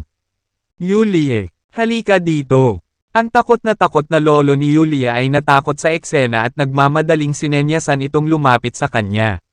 Mahigit sa kalahati ng mga nangungunang martial artist ng Brilliant Kingdom ay nagkaroon ng beef kay Dustin. Ayaw ng matanda na mapalapit sa lata ng uod ang kanyang apo. Gayunpaman, labis siyang nag-aalala tungkol sa kaligtasan ni Dustin upang makinig at nanatiling nakaugat sa tabi ni Dustin at tumanggi na umalis. Mukhang lahat kayo ay magiging kaaway ko. Kalmadong ngumiti si Dustin sa kanila habang nilagay niya ang kanyang mga kamay sa likod niya. You little bastard! Napakaraming tao ang pinatay mo mula sa ating Heavenly Mountain Sect. Isa kang walang pusong mamamatay tao. Sumigaw ang pinuno ng Heavenly Mountain Sect habang patungo siya sa Dustin. Dustin, kung sumuko ka at susundan mo ako sa ating punong tanggapan, marahil ay protektahan kita mula sa kapahamakan pansamantala. Pagkatapos nating umalis dito, ang iyong saloobin ang magpapasya kung mabubuhay ka. Nagsalita ang isang may pakpak na matanda sa mahinang boses habang nakatitig kay Dustin. Siya ay miyembro ng Divine Moon Sect. Napataas ang kilay ng lahat mula sa ibang puwersa dahil doon. Mukhang sinusubukan ng mga tao ng Divine Moon Sect na kunin ang lahat ng mahahalagang bagay mula sa brat na ito. Hindi iyon mangyayari. Naisip nila bilang isa. Napahagalpak ng tawa si Dustin sa sinabi nito. Lahat kayo gustong ibagsak ako at kalabanan ako. Ngunit walang sino man sa inyo ang kwalipikadong maging kalaban ko. Wala akong intensyon na kitilin ang buhay ng sino man. Ngunit dahil gusto mo akong patayin, papatayin ko kayong lahat, deklara ni Dustin. Isang patay na katahimikan ang bomb-alot sa buong arena pagkatapos ng kanyang proklamasyon. Akala nila puro kalokohan si Dustin. Kahit na malakas siya, imposibleng talunin ang kalahati ng lahat ng nangungunang martial artist sa Brilliant Kingdom na naruroon dito. Masyado siyang mayabang. Siya ay bobo at walang takot. Dapat gusto niyang mamatay. Galit na galit ang lumabas sa mga tao sa arena. Mas galit pa sa kanila ang mga master na nakapaligid kay Dustin at inilabas nila ang kanilang napakalawak na enerhiya. Naggumagawa ng mga mapurol na tunog. Ang tubig sa hangin ay sumangaw at ang puting fog na tumatakip sa battle ring ay natangay. Nagtipon ang mga maitim na ulap at umaalingaw-ngaw ang hangin sa itaas ng kanilang mga ulo. Ang lahat ng ito ay sanhi ng pinakawala na enerhiya ng mga nangungunang master. Hindi napigilan ni Hiram na magpakawala ng malakas na tawa sa eksena. Dustin, kahit gaano ka kalakas, mamamatay ka talaga ngayon. Isang mapait na ngiti ang ibinigay niya kay Dustin. Yulie, kailangan mong intindihin ang sitwasyon ngayon. Hindi makakalabas si Dustin dito ng buhay. Siya ay tiyak na mapapahamak. Pero iba ako sa kanya. Maraming elder ng Divine Moon Sect ang may plano na kunin ako bilang kanilang disipulo dahil sa tingin nila ay may talento ako sa martial arts. Magiging kagalang-galang akong figure sa Divine Moon Sect sa malapit na hinaharap. Alam mo na kung sino ang mabuti para sa iyo ngayon. Sabi niya at lumingon kay Yulie. Nagulat ang lahat ng miyembro ng Emerald Sect sa sinabi ni Hiram. Tinalikuran kami ni Hiram at palihim na sumali sa Divine Moon Sect. Naisip nila, alam ng lahat na si Hiram ang pinakamahusay na disipulo sa mga kabataang henerasyon ng Emerald Sect. Bukod dito, siya ay itinuturing na isa sa nangungunang 10 mahuhusay na batang martial artist sa Brilliant Kingdom. Palagi niyang dinadala ang karangalan sa Emerald Sect. At ipinagmamalaki ng mga miyembro nito na nasa tabi nila siya. Ito ay Nagpalitan ng tingin ang pinuno ng sekta at ang tatlong superior elder ng Emerald Sect. Baka sa mga mata nila ang frustration at galit. Hiram, kasuklam-suklam kang mababang buhay at hamak. Ang aming sekta ay namuhunan ng malaki sa iyo sa loob ng maraming taon. Hindi ako makapaniwala na mayroon kang mga bola para saksakin kami sa likod at sumali sa Divine Moon Sect. Ikaw na walang utang na loob na brat. Anong ginawa namin sa'yo?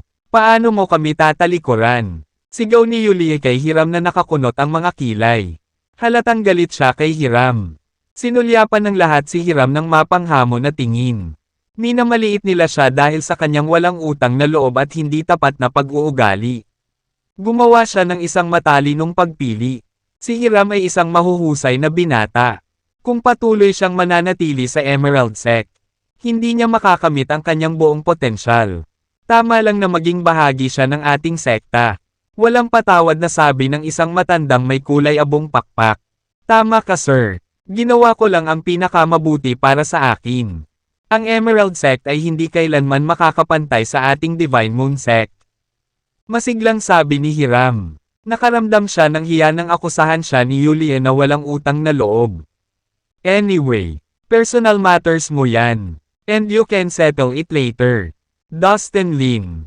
Ikaw ay patay na karne. Sumuko ka lang. Bastard. Naiinip na sigaw ng pinuno ng Heavenly Mountain Sect. Hindi na siya makapaghintay na makuha ang cultivation resources at magic pills ni Dustin. Walang pag-aalinlangan. Tumakbo siya patungo sa binata sa bilis ng kidlat. Sinundan ito ng 5 nangungunang master ng Heavenly Mountain Sect. Nais nilang mapabilib ang kanilang pinuno sa pamamagitan ng pagpapakulong kay Dustin. Matapos masaksihan ang nangyari, ang mga Panginoon mula sa ibang mga sekta ay ayaw na mahuli. Desperado silang tumakbo papunta kay Dustin. Gayunpaman, nagkatinginan ng 5 matandang lalaki mula sa Divine Moon Sect. Pagkatapos, mahinhin silang umatras, nalaman na nilang 5 ang nakakatakot na lakas ni Dustin mula kay Hiram. Ayon kay Hiram, nagpadala siya ng isang master sa expert realm mula sa Emerald Sect na lumilipad palayo gamit ang kanyang daliri. Ang taong iyon ay isang mabigat na kalaban. At hindi natin siya dapat maliitin. Naisip nila, kaya naman, ang 5 matandang, 9/15 lalaki mula sa Divine Moon Sect ay nagplanong tumayo at panoorin ang mga nangungunang master ng Brilliant Kingdom na lumalaban kay Dustin sa ngayon. Gagawa lang sila ng hakbang laban sa kanya sa oras na mapagod si Dustin. Ano ang dapat nating gawin? Tanong ng pinuno ng Emerald Sect habang nakatingin sa 3 nakatataas na matatanda. Nag-usap ang 3 nakatataas na matatanda sa isa't isa. Ilang sandali pa ay nagkasundo na sila. Dahil hindi tayo kasali sa alinman sa kanilang mga gawain. Hindi tayo dapat lumahok. Ang Emerald Sect ay mananatiling neutral. Sagot ng isa sa mga nakatataas na elder. Sa makatuwid, lahat ng matataas na miyembro ng Emerald Sect ay nanatili sa kanilang mga upuan at pinanood ang matinding laban. Master, mag-ingat ka, sabi ni Yulie kay Dustin. Bagamat siya ay nasa senior expert realm. Natakot siya nang makita ang maraming nangungunang masters na tumatakbo patungo sa Dustin. Huwag kang mag-alala, Yulie. Kaya ko tuturuan ko ang mga taong ito ng leksyon. Nakangiting sabi ni Dustin sa kanya. Pagkatapos nun, winigayway niya ang kamay niya. Isang special force ang biglang lumitaw at bumalot kay Yulie. Para sa isang segundo, si Yulie ay nasa estado ng ulirat. Pakiramdam niya ay naglalakbay siya sa kalawakan. Pagkatapos, natagpuan niya ang kanyang sarili na nakatayo sa tabi ng kanyang lolo. Ang nakatataas na elder ng Emerald Sect ay nabalisa at hindi alam kung paano ililigtas ang kanyang apo mula sa mabangis na eksena ng labanan.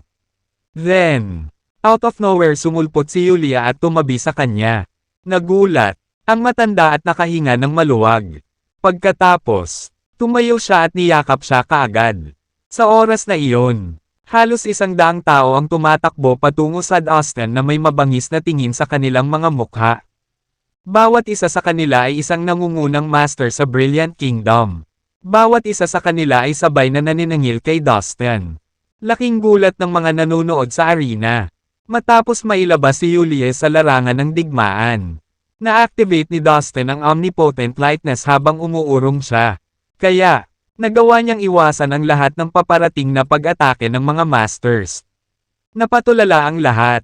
Umirong lang ang brat na ito at nagawang iwasan ang lahat ng malalakas na pag-atake mula sa mahigit 100 nangungunang master. Kahanga-hanga ang kanyang husay sa paggalaw ng katawan. Bibigyan kita ng huling pagkakataon.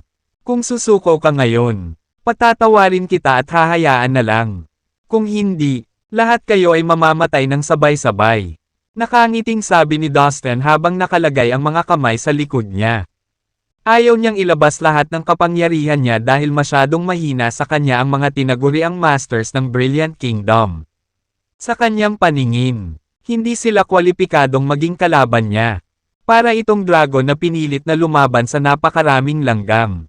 Walang interes si Dustin na patayin sila. Dustin, ikaw anak ng aso, sa tingin mo ba ay Diyos ka? How dare you brag in front of so many top martial artists? Go to hell, sabi ng isang nasa katanghaliang gulang na lalaki sa mapang-akit na paraan. Nasa expert realm siya. Pagkatapos, kumari pa siya ng takbo habang winawagayway ang kanyang mabigat na saber kay Dustin. I gave you a choice.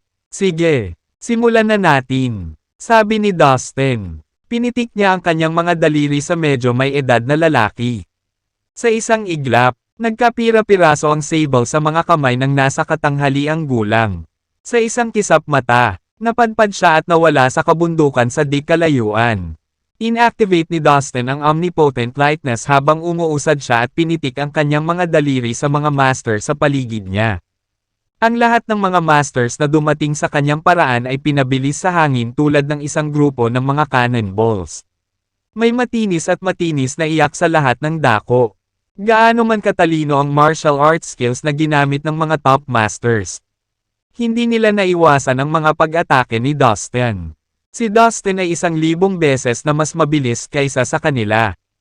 Bago pa magkaroon ng pagkakataon ng sino man sa arena na hampasin siya. Pinalipad na sila ni Dustin. Paminsan-minsan, umalingaw-ngaw mula sa mga bundok ang mga hiyawan ng sakit. Na nagpapahiwatig na ang mga master na itinapon sa malayo ay buhay pa. Naalis na ni Dustin ang lahat ng mga master sa loob ng 1 minuto. Anong nangyari? May mali ba sa mata ko? Ang iba pang mga tao sa arena ay kinusot ang kanilang mga mata at muling idinilat. Hindi sila makapaniwala sa kanilang nasaksihan. Hindi pwede. Maging ang 5 matandang lalaki mula sa Divine Moon Sect ay natakot.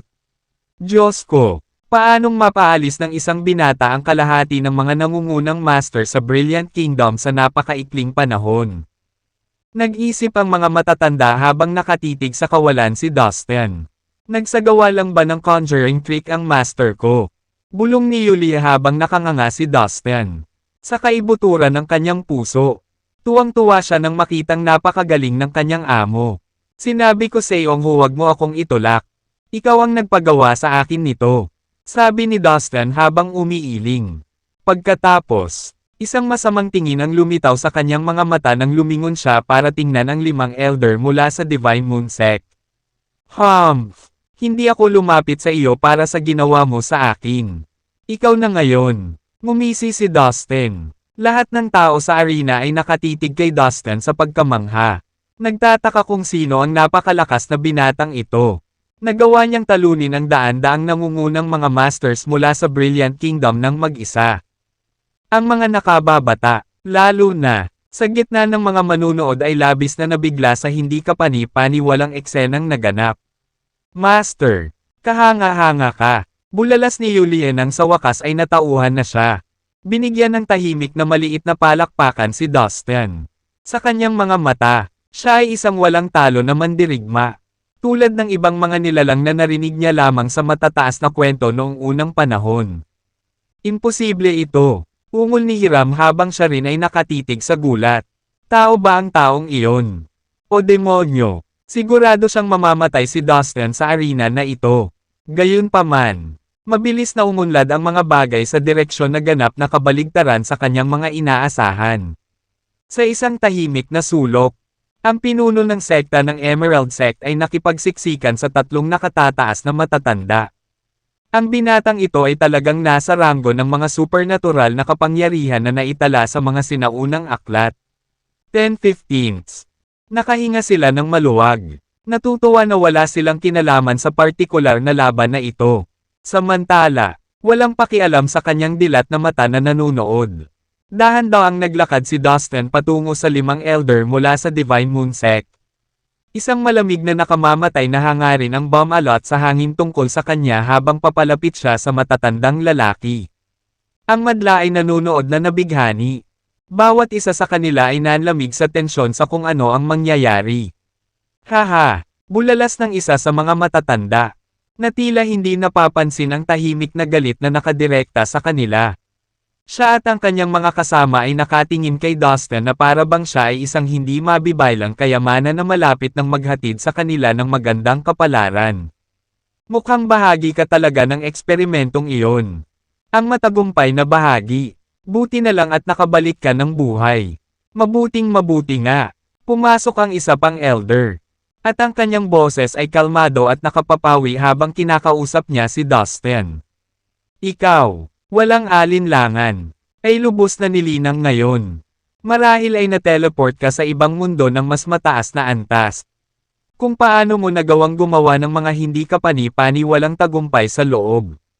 Lamang ng 10 taon. Isa kang karaniwang tao, isang dekada na ang nakalipas. Ngunit ngayon isa kang puwersa na dapat isaalang-alang. Gayunpaman, sa palagay ko ay hindi mo kayang unawain kung gaano tayo kalakas bilang Divine Moon Sect. Dala namin ang isang natatanging kasaysayan at isang hindi maisip na pamana ng kapangyarihan. Ang harmony ng aming sekta ng mag-isa ay katawa-tawa. Hindi banggitin kung gaano ito mapanganib para sa iyo. Ang mas matalinong pagpipilian ay para sa amin na magkaroon ng pag-unawa at iling ito. Hindi na kailangang makipaglaban. O talaga, ngumisi si Dustin nang huminto siya sa di kalayuan sa kinatatayuan ng mga elder ng Divine Moon Sect. Iyon ay isang kahihiyan. Sa tingin ko, dahil gusto ko talagang malaman kung gaano kalakas ang iyong mana. Pagkatapos ay isinaaktibo niya ang Omnipotent Lightness. At umaksyon patungo sa mga matatanda. Isang mabigat at malakas na suntok ang kanyang pinakawalan nang maabyute niya sila. Ang kanyang suntok ay nagtataglay ng Katanji tanging pamamaraan ng paglilinang ng Divine Fist Skill. Na mayroong divine force na maaaring durugan ang mga bundok at ibagsak ang mga dagat. How dare you? Nagmura ang matatanda kay Dustin. Wala sa kanila ang nang-ahas na harapin ang pag-atake ng direkta. Sa halip, ibinaba nila ang kanilang mga pakpak sa kanilang likuran at mabilis na inilalayo ang kanilang mga sarili mula sa Dustin bilang 5. Daloy ng liwanag. Kopyahin ang tamang. Gayunpaman. Ramdam na ramdam nila ang kakilakilabot na kapangyarihan sa isang suntok na iyon ng mag-isa. Sa katunayan, ang kanilang mga pakpak ay marahas na pumapapak sa desperadong pagtatangka na iwasan ito. Swish! Swish! Swish! Swish! Swish! 5 silver gray na scroll ang biglang lumitaw. Nadama po sa bawat nakabukang palad ng matatanda. Mabilis nilang binuksan ang mga balumbon at inihagis sa hangin bilang isa. Ang mga daloy ng enerhiya ay lumabas mula sa mga scroll tulad ng mabagsik na kulay abong ilog. Nagngangalit sila sa kalangitan at tumakbo patungo kay Dustin. Mabilis na sumunod ang isang makapal na abuhing ambon. Na bumabalot sa buong arena. Walang makikitang higit sa haba ng isang braso. Ang lahat ay maliwanag na nasa gilid. Nang walang babala, nagsimulang manginig ang lupa at langit. At nawala ng balanse ang lahat. Ang mga mahihina ay nasa lupa na. Hindi na muling nakabangon habang lumalakas ang panginginig. Sa gitna ng kaguluhan, mabilis na tiningnan ni Dustin ang mga balumbon na ibinandere ng 5 matatanda. Magic treasures na ginawa ng mga tunay na immortal. Nagulat siya sa natuklasang ito. Ngunit mabilis na pinawalang bisa ito. Ang mga sinaunang kayamanan ay hindi banta sa kanya. Dahil siya ang nagmamay-ari ng Lane's Ruler. Ang kanilang mga sandata na pinili ay maaaring nilikha ng mga immortal. Ngunit ang kanya ay huwad ng mga banal na Diyos. Karamihan sa iba pang mga kayamanan ay hindi nakapagpalabas ng kanilang kapangyarihan sa mundong ito. Dahil ang mga batas ng langit at lupa ay magulo dito. Ngunit ang tagapamahala ni Lane, sa lahat ng misteryo nito, ay isang pagbubukod sa kababalaghan. Sa totoo lang, may iniisip si Dustin na teorya. Ang pinag-uusap ang kayamanan ay huwad sa lupa ng walang iba kundi si Master Lane. Isang dakilang ninuno ng mga tao. Ang mga pinagmulan lamang nito ay magagarantiyahan ang pagiging tugma nito sa kapaligiran dito. Bilang isang resulta, kahit na ang kanyang lakas ay lubhang napigilan sa kanyang pagdating, nanalo pa rin siya sa kanyang mga laban sa pamamagitan ng paggamit ng Lane's Ruler bilang kanyang lihim na sandata. Bago pa niya magawa ang anumang bagay, 5 daloy ng kulay abong enerhiya ang bumaril patungo sa kanya. Agad niyang inilabas ang ruler ni Lane at iwinagayway ito sa harapan niya. Isang nakasisilaw na dilaw na ilaw na kurtina ang bumungad mula sa kanyang sandata. At bumangga ito sa mga paparating na kulay abong sinag. Nilamon sila hanggang sa wala nang natira. Habang lumalabo ang magaan na kurtina, sinamantala ni Dustin ang pagkakataon na suntukin ang isa sa 5 matatanda. Gumawa siya ng isang paghampas na galaw sa hangin. At agad na lumitaw ang isang higanteng gininto ang palad na kasing laki ng isang napakalaking gilingang bato. At ito ay humarap sa target ni Dustin. Ang matanda ay desperadong ikinapak ang kanyang mga pakpak upang iwasan ang pag-atake. Ngunit huli na ang lahat. Boom! Ang gintong palad ay tumama sa matanda. At ang kanyang katawan ay bumagsak sa lupa. Bumulwak ng dugo at mga piraso ng malapot na laman. Ang epekto ng suntok ay nag-iwan ng bakas ng napakalaking palad sa lupa kung saan nahulog ang mga piraso ng katawan ng matanda. Ang 4 na iba pang matatanda mula sa Divine Moon Sect ay natakot sa nangyari. Sa buong panahon ay naisip nila na ang 5 balumbon na dala nila ang magiging pinakamalaking kalamangan nila.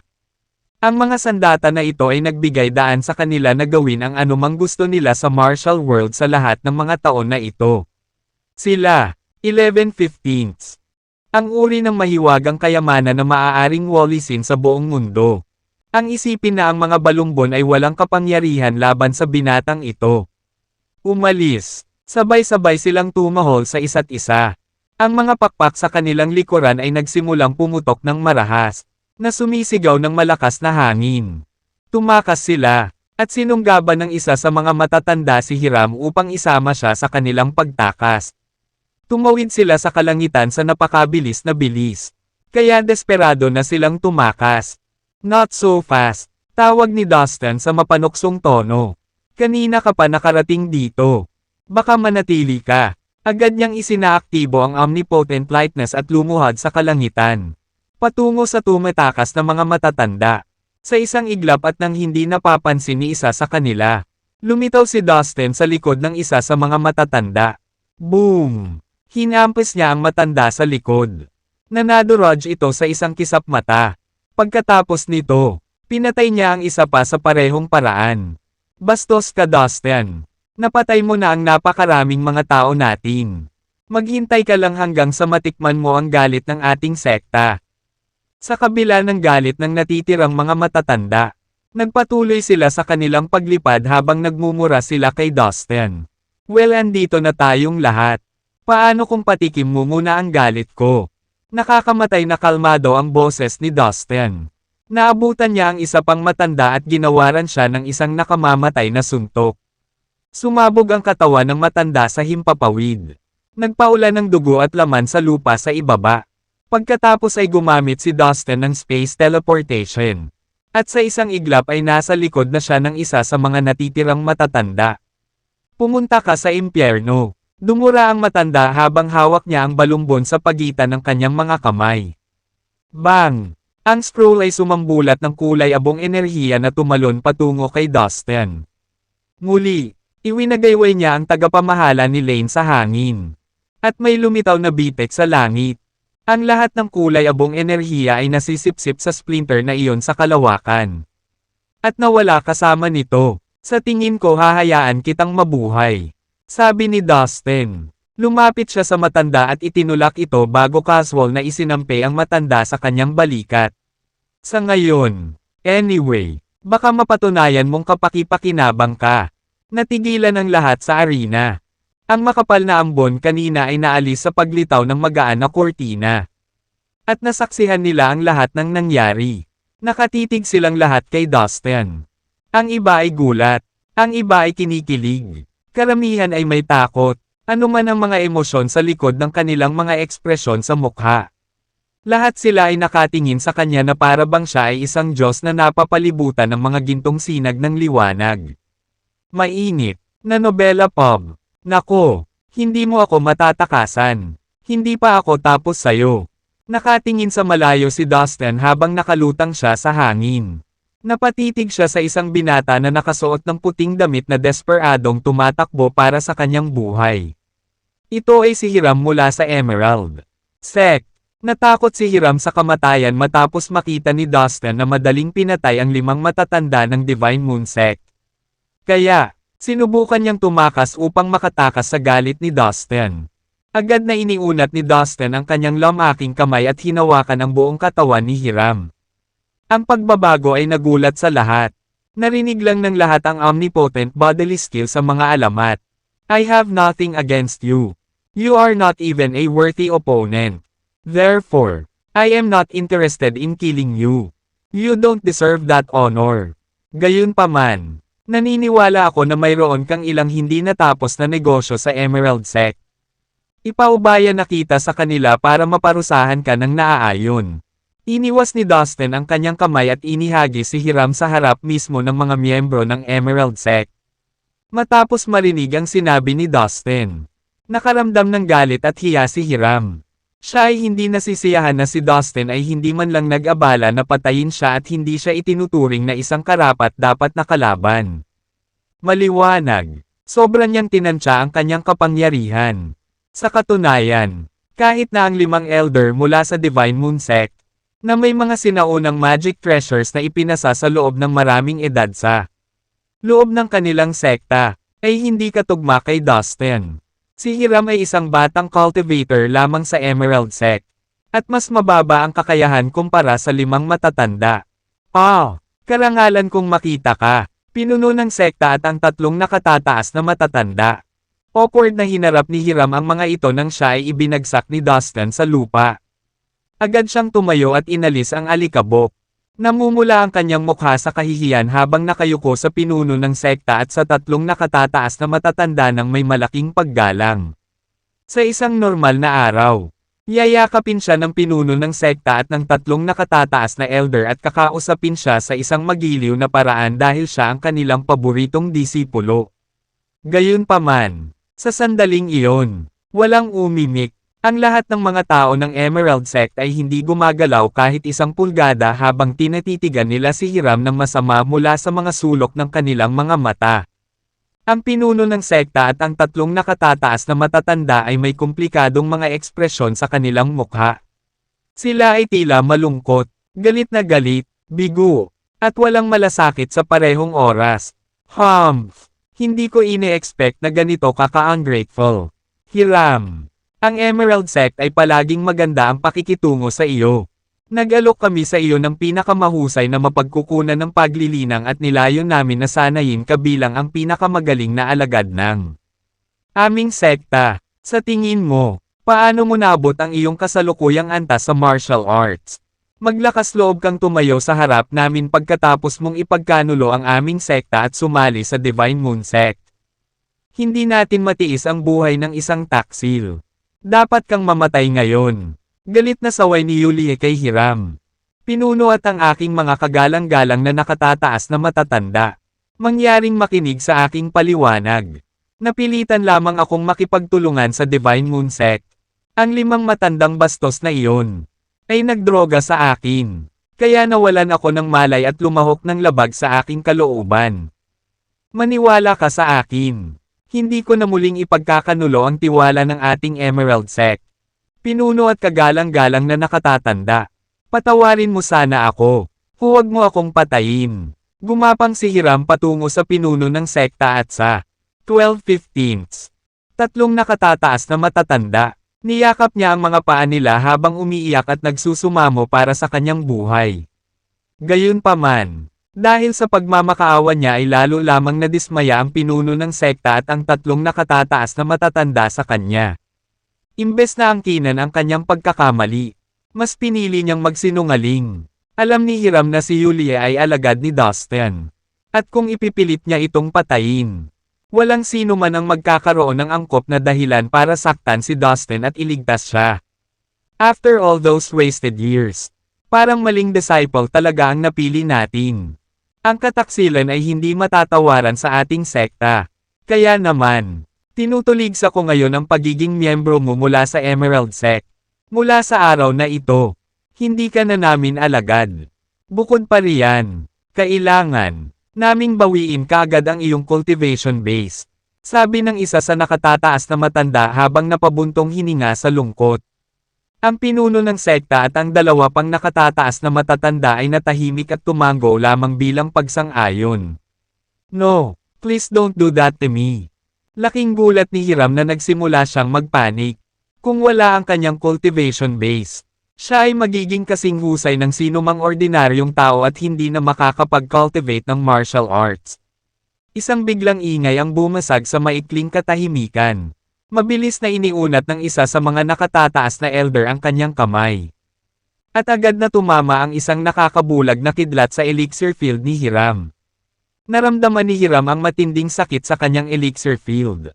Dahan-dahan, pakiramdam niya ay naubos ang essence energy na ilang taon niyang nililinang.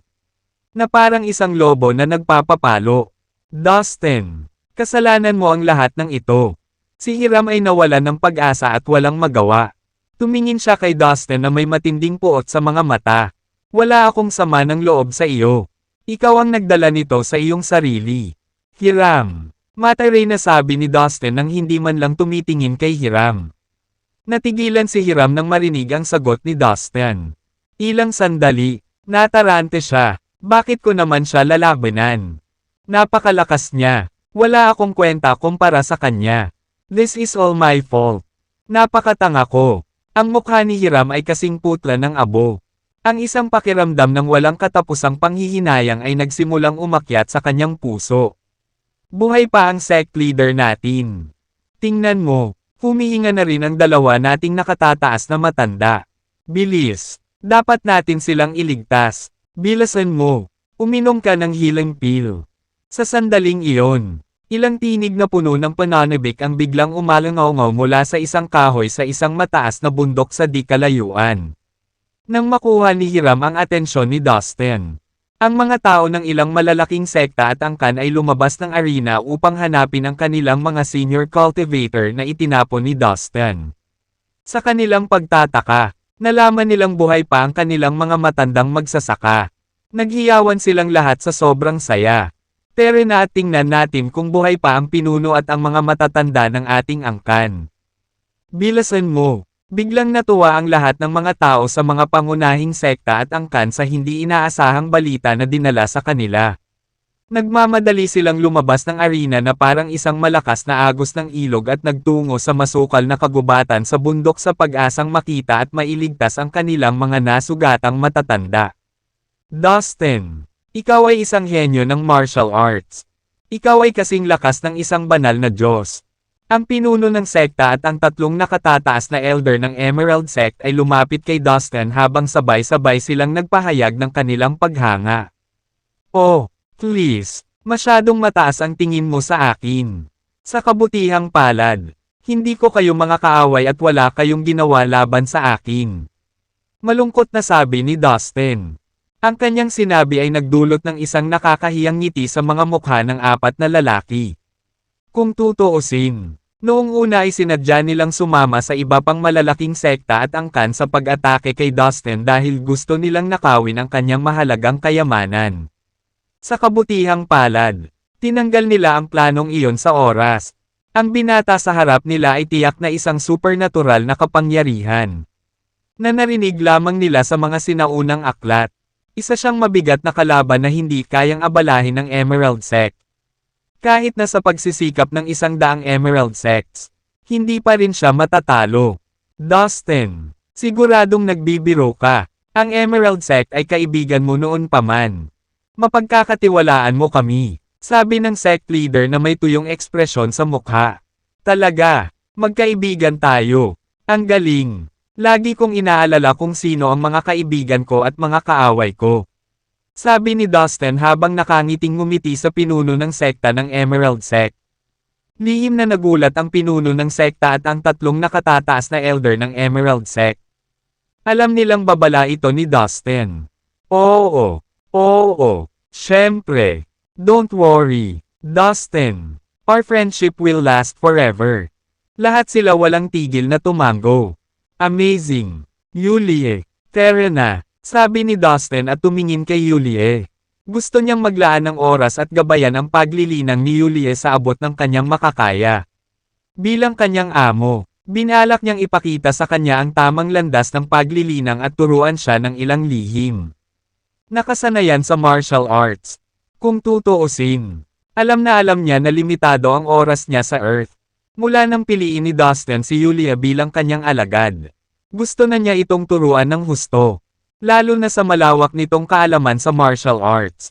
Kahit medyo makulat si Yulie ay isang matalinong babae. Minsan, tinatrato niya si Dustin na parang isang kapantay. Sa halip na isang master. Siya kung minsan ay tila walang muwang na parang isang bata.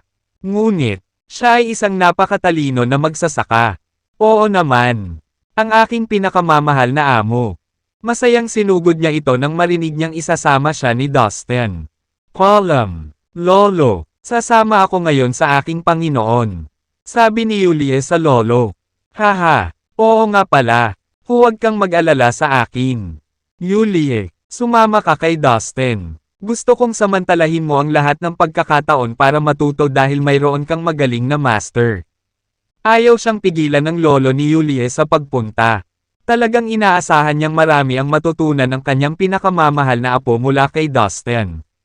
Pagkatapos, umalis si Dustin kasama si Yulie. Hindi ako makapaniwala na may supernatural na kapangyarihan sa modernong mundo. Ang pinuno ng sekta at ang tatlong 13/15 nakatataas na matatanda ng Emerald Sect ay nakatitig sa likuran ni Dustin habang gulat na gulat pa rin sila sa lahat ng nangyari. Umalis si Dustin sa arena kasama si Yulie at tinungo nila ang lugar sa labas ng bundok Karakoram. Master, saan tayo pupunta? Curious na tanong ni Yulie. Bueno, bumalik muna tayo sa Peace County. Sagot ni Dustin. Nag-aalala siya sa kaligtasan ng kanyang pamilya. Kaya kailangan muna niyang tingnan ang mga ito. Nang maglaon, binalak niyang pumunta sa Hill Sect para mag-imbestiga. Sa sorpresa ni Dustin, ang kasanayang ginawa ni Claude mula sa Hill Sect ay katulad ng sa Introduction to Vital Energy Circulation. Naiintriga, gusto niyang malaman kung ano ang nangyari. Nahawakan na ni Dustin ang ikatlong yugto ng Introduction to Vital Energy Circulation at na-activate ang Heaven Secret Realm. Gayunpaman, ang panimula sa Vital Energy Circulation ay may 9 na yugto sa kabuuan. Mula nang ma-activate ang lihim na kaharian ng langit, naging mabagal si Dustin sa paglilinang ng Introduction to Vital Energy Circulation. Naghinala pa siya na hindi kumpleto ang lihim na manual na nakuha niya. Sa tuwing binabasa niya ang lihim na manual na iyon, palaging nararamdaman ni Dustin na ilang bahagi ng manual ay hindi magkakaugnay. Siguro ang cultivation method ng Hill Sect ay may kinalaman sa Introduction to Vital Energy Circulation. Baka ma-inspire ako kung susuriin ko ng personal ang mga pamamaraan ng paglilinang ng Hill Sect. Napaisip si Dustin. Bukod dito, binalak niyang bumisita sa punong tanggapan ng Divine Moon Sect. Kung maaari, bubunutin niya ang sekta. Master, susundan kita kahit saan ka magpunta. Tuwang-tuwa si Yulie. Ang matayog na Karakoram Mountain ay sumasakop sa isang malawak na lugar. Kabilang ang isang malawak na hanay ng bundok. Nakaalis si Dustin sa Karakoram Mountain sa isang iglap gamit ang kanyang bilis sa husay sa paggalaw ng katawan. Gayunpaman, nakakalungkot na umalis ng Karakoram Mountain ng napakabilis. Dahil ito ay isang sikat at kahanga-hangang bundok na may natatanging tanawin. Bukod dito, ito ay itinuring na unang dakilang bundok, na nangangahulugan na ito ay may mataas na kahalagahan sa kultura ng daigdig. Dahil nandito na siya, Nagpasya si Dustin na huwag agad umalis. Hinatid niya si Yulie para ay enjoy ang view sa daan. Si Yulie ay hindi maaaring maging mas masaya. Sa tuwing makakatagpo siya ng isang kapansin-pansing tanawin. Inilalabas niya ang kanyang kamera mula sa kanyang backpack at hihilingin kay Dustin na tulungan. Siyang kumuha ng ilang mga larawan. Nang makita ang kanyang kagalakan, hindi makatanggi si Dustin sa kanya. Bagamat dalawa lang sila, talagang masaya sila. Habang dumadaan si Dustin sa isang malawak na parang kasama si Yulie. Bigla niyang naramdaman na may mali. Naalarma. Huminto siya at pinagmasdan ang paligid. Biglang nagbago ang buong paligid. Ang mga agos ng mabigat na aura ng espada ay sumambulat. Ang mga mahiwagang kayamanan ng mataas na antas ay lumitaw ng paisa-isa at umaaligid sa himpapawid sa itaas. Pinupuno ang lugar ng kanilang matinding pagnanasa sa dugo. Nakakakilabot na hanay ng pagpatay. Medyo nagulat si Dustin. Siya lang ang nakakaramdam ng mga pagbabago. Walang kaalam-alam si Yulie sa mga nangyayari dahil mababa ang kanyang cultivation base. Yulie, manatili ka sa tabi ko. Sabi ni Dustin sa mahinang boses. Master, anong nangyari? Apurahang tanong ni Yulie. Matalino siya. Agad niyang nalaman na may mali. Nakulong tayo sa napakalakas na hanay. Mula ngayon, kailangan mo akong sundan ng mabuti.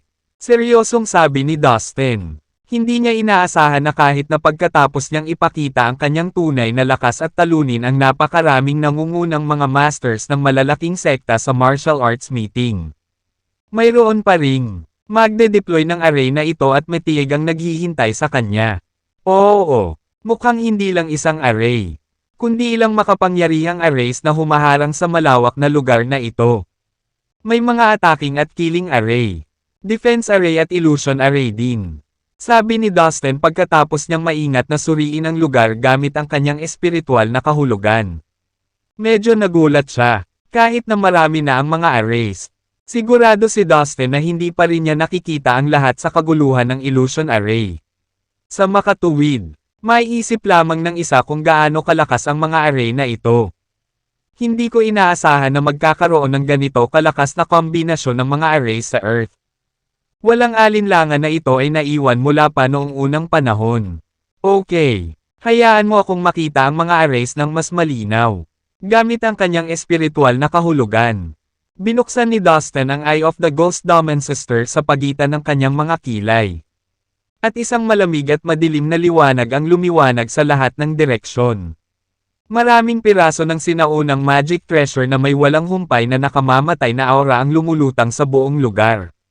Bukod dito, mayroong maraming mga flag na gintong array na sumasayaw sa hangin. Ang mga sinaunang magic treasures at golden array flag na ito ay bumuo ng ilang magagandang array na hamarang sa buong lugar. Binata, ito ay mga sinaunang hanay mula sa sinaunang panahon.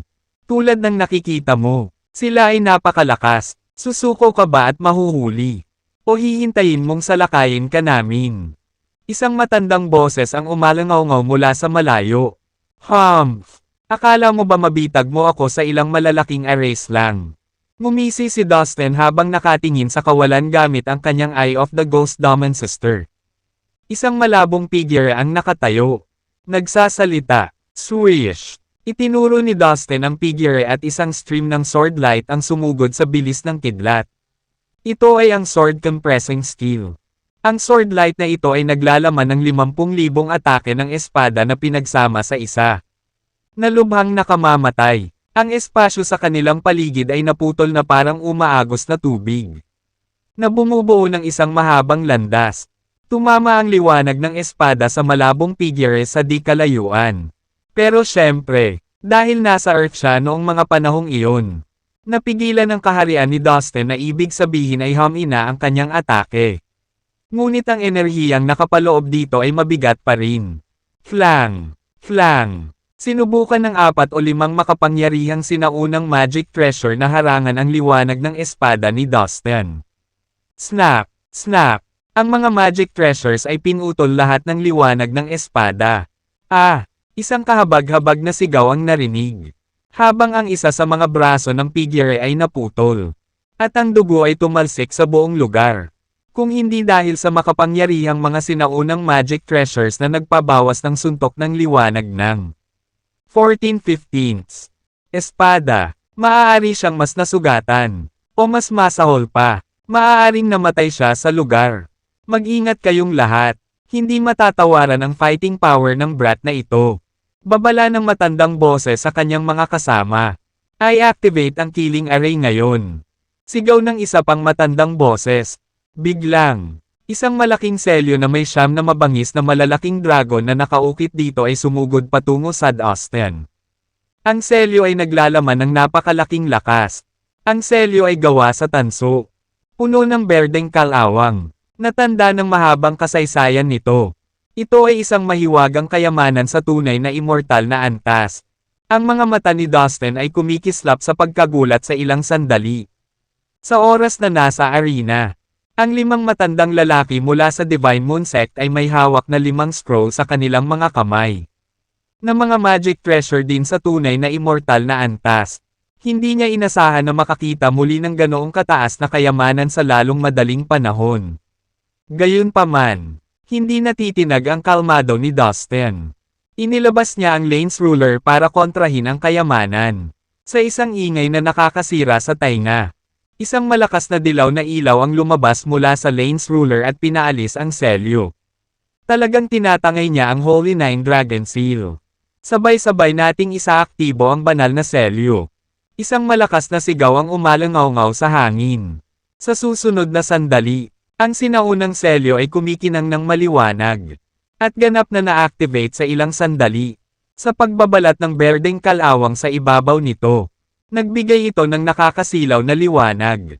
Na nagbibigay liwanag sa kalangitan. Na nagiging isang malaking bundok na humaharurot patungo sa Austin. Sa sandaling iyon, ang nakakakilabot na aura ay bumulaga sa langit at lupa. 10,000 milya ng mga bundok at ilog ang kumulog. Ang eksena ay nakakatakot, sabihin ang hindi bababasa. Ito ang enerhiya ng tunay na immortal na antas. Kung hindi ito pinigilan ng magic array, maaaring nawasak nito ang buong mundo. Mag-ingat ka, Master. Sigaw ni Yulie nang maramdaman niya na parang bumabagsak ang langit. Gayunpaman, pinanatili ni Dustin ang kanyang kalmado. Itinaas niya ang kanyang Lane's Ruler at muling lumapit. Ang pinuno ay naglabas ng makalupang dilaw na ilaw at agad na na-activate. Nagsalpukan ng 2 sandata ng nakakabinging putok. Ang 9 na ulo ng dragon sa malaking selyo ay sumuko sa pinuno. Gamit nito, ang bronze seal ay pumutok at sumabog. Hindi pwede. Ang Holy Nine Dragon Seal ay madaling nasira.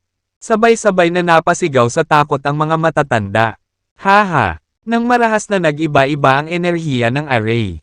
Ginamit ni Dustin ang kanyang Eye of the Ghost Dome Ancestor para hanapin ang isang maikli at payat na matandang nakatayo sa ere sa hindi kalayuan at sumugod. Sino ka? Bakit mo ako inaatake dito?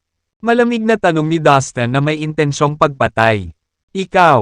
Malapad ang panga ng payat na matanda. Hindi niya inaasahan na makikita siya ni Dustin sa magic array.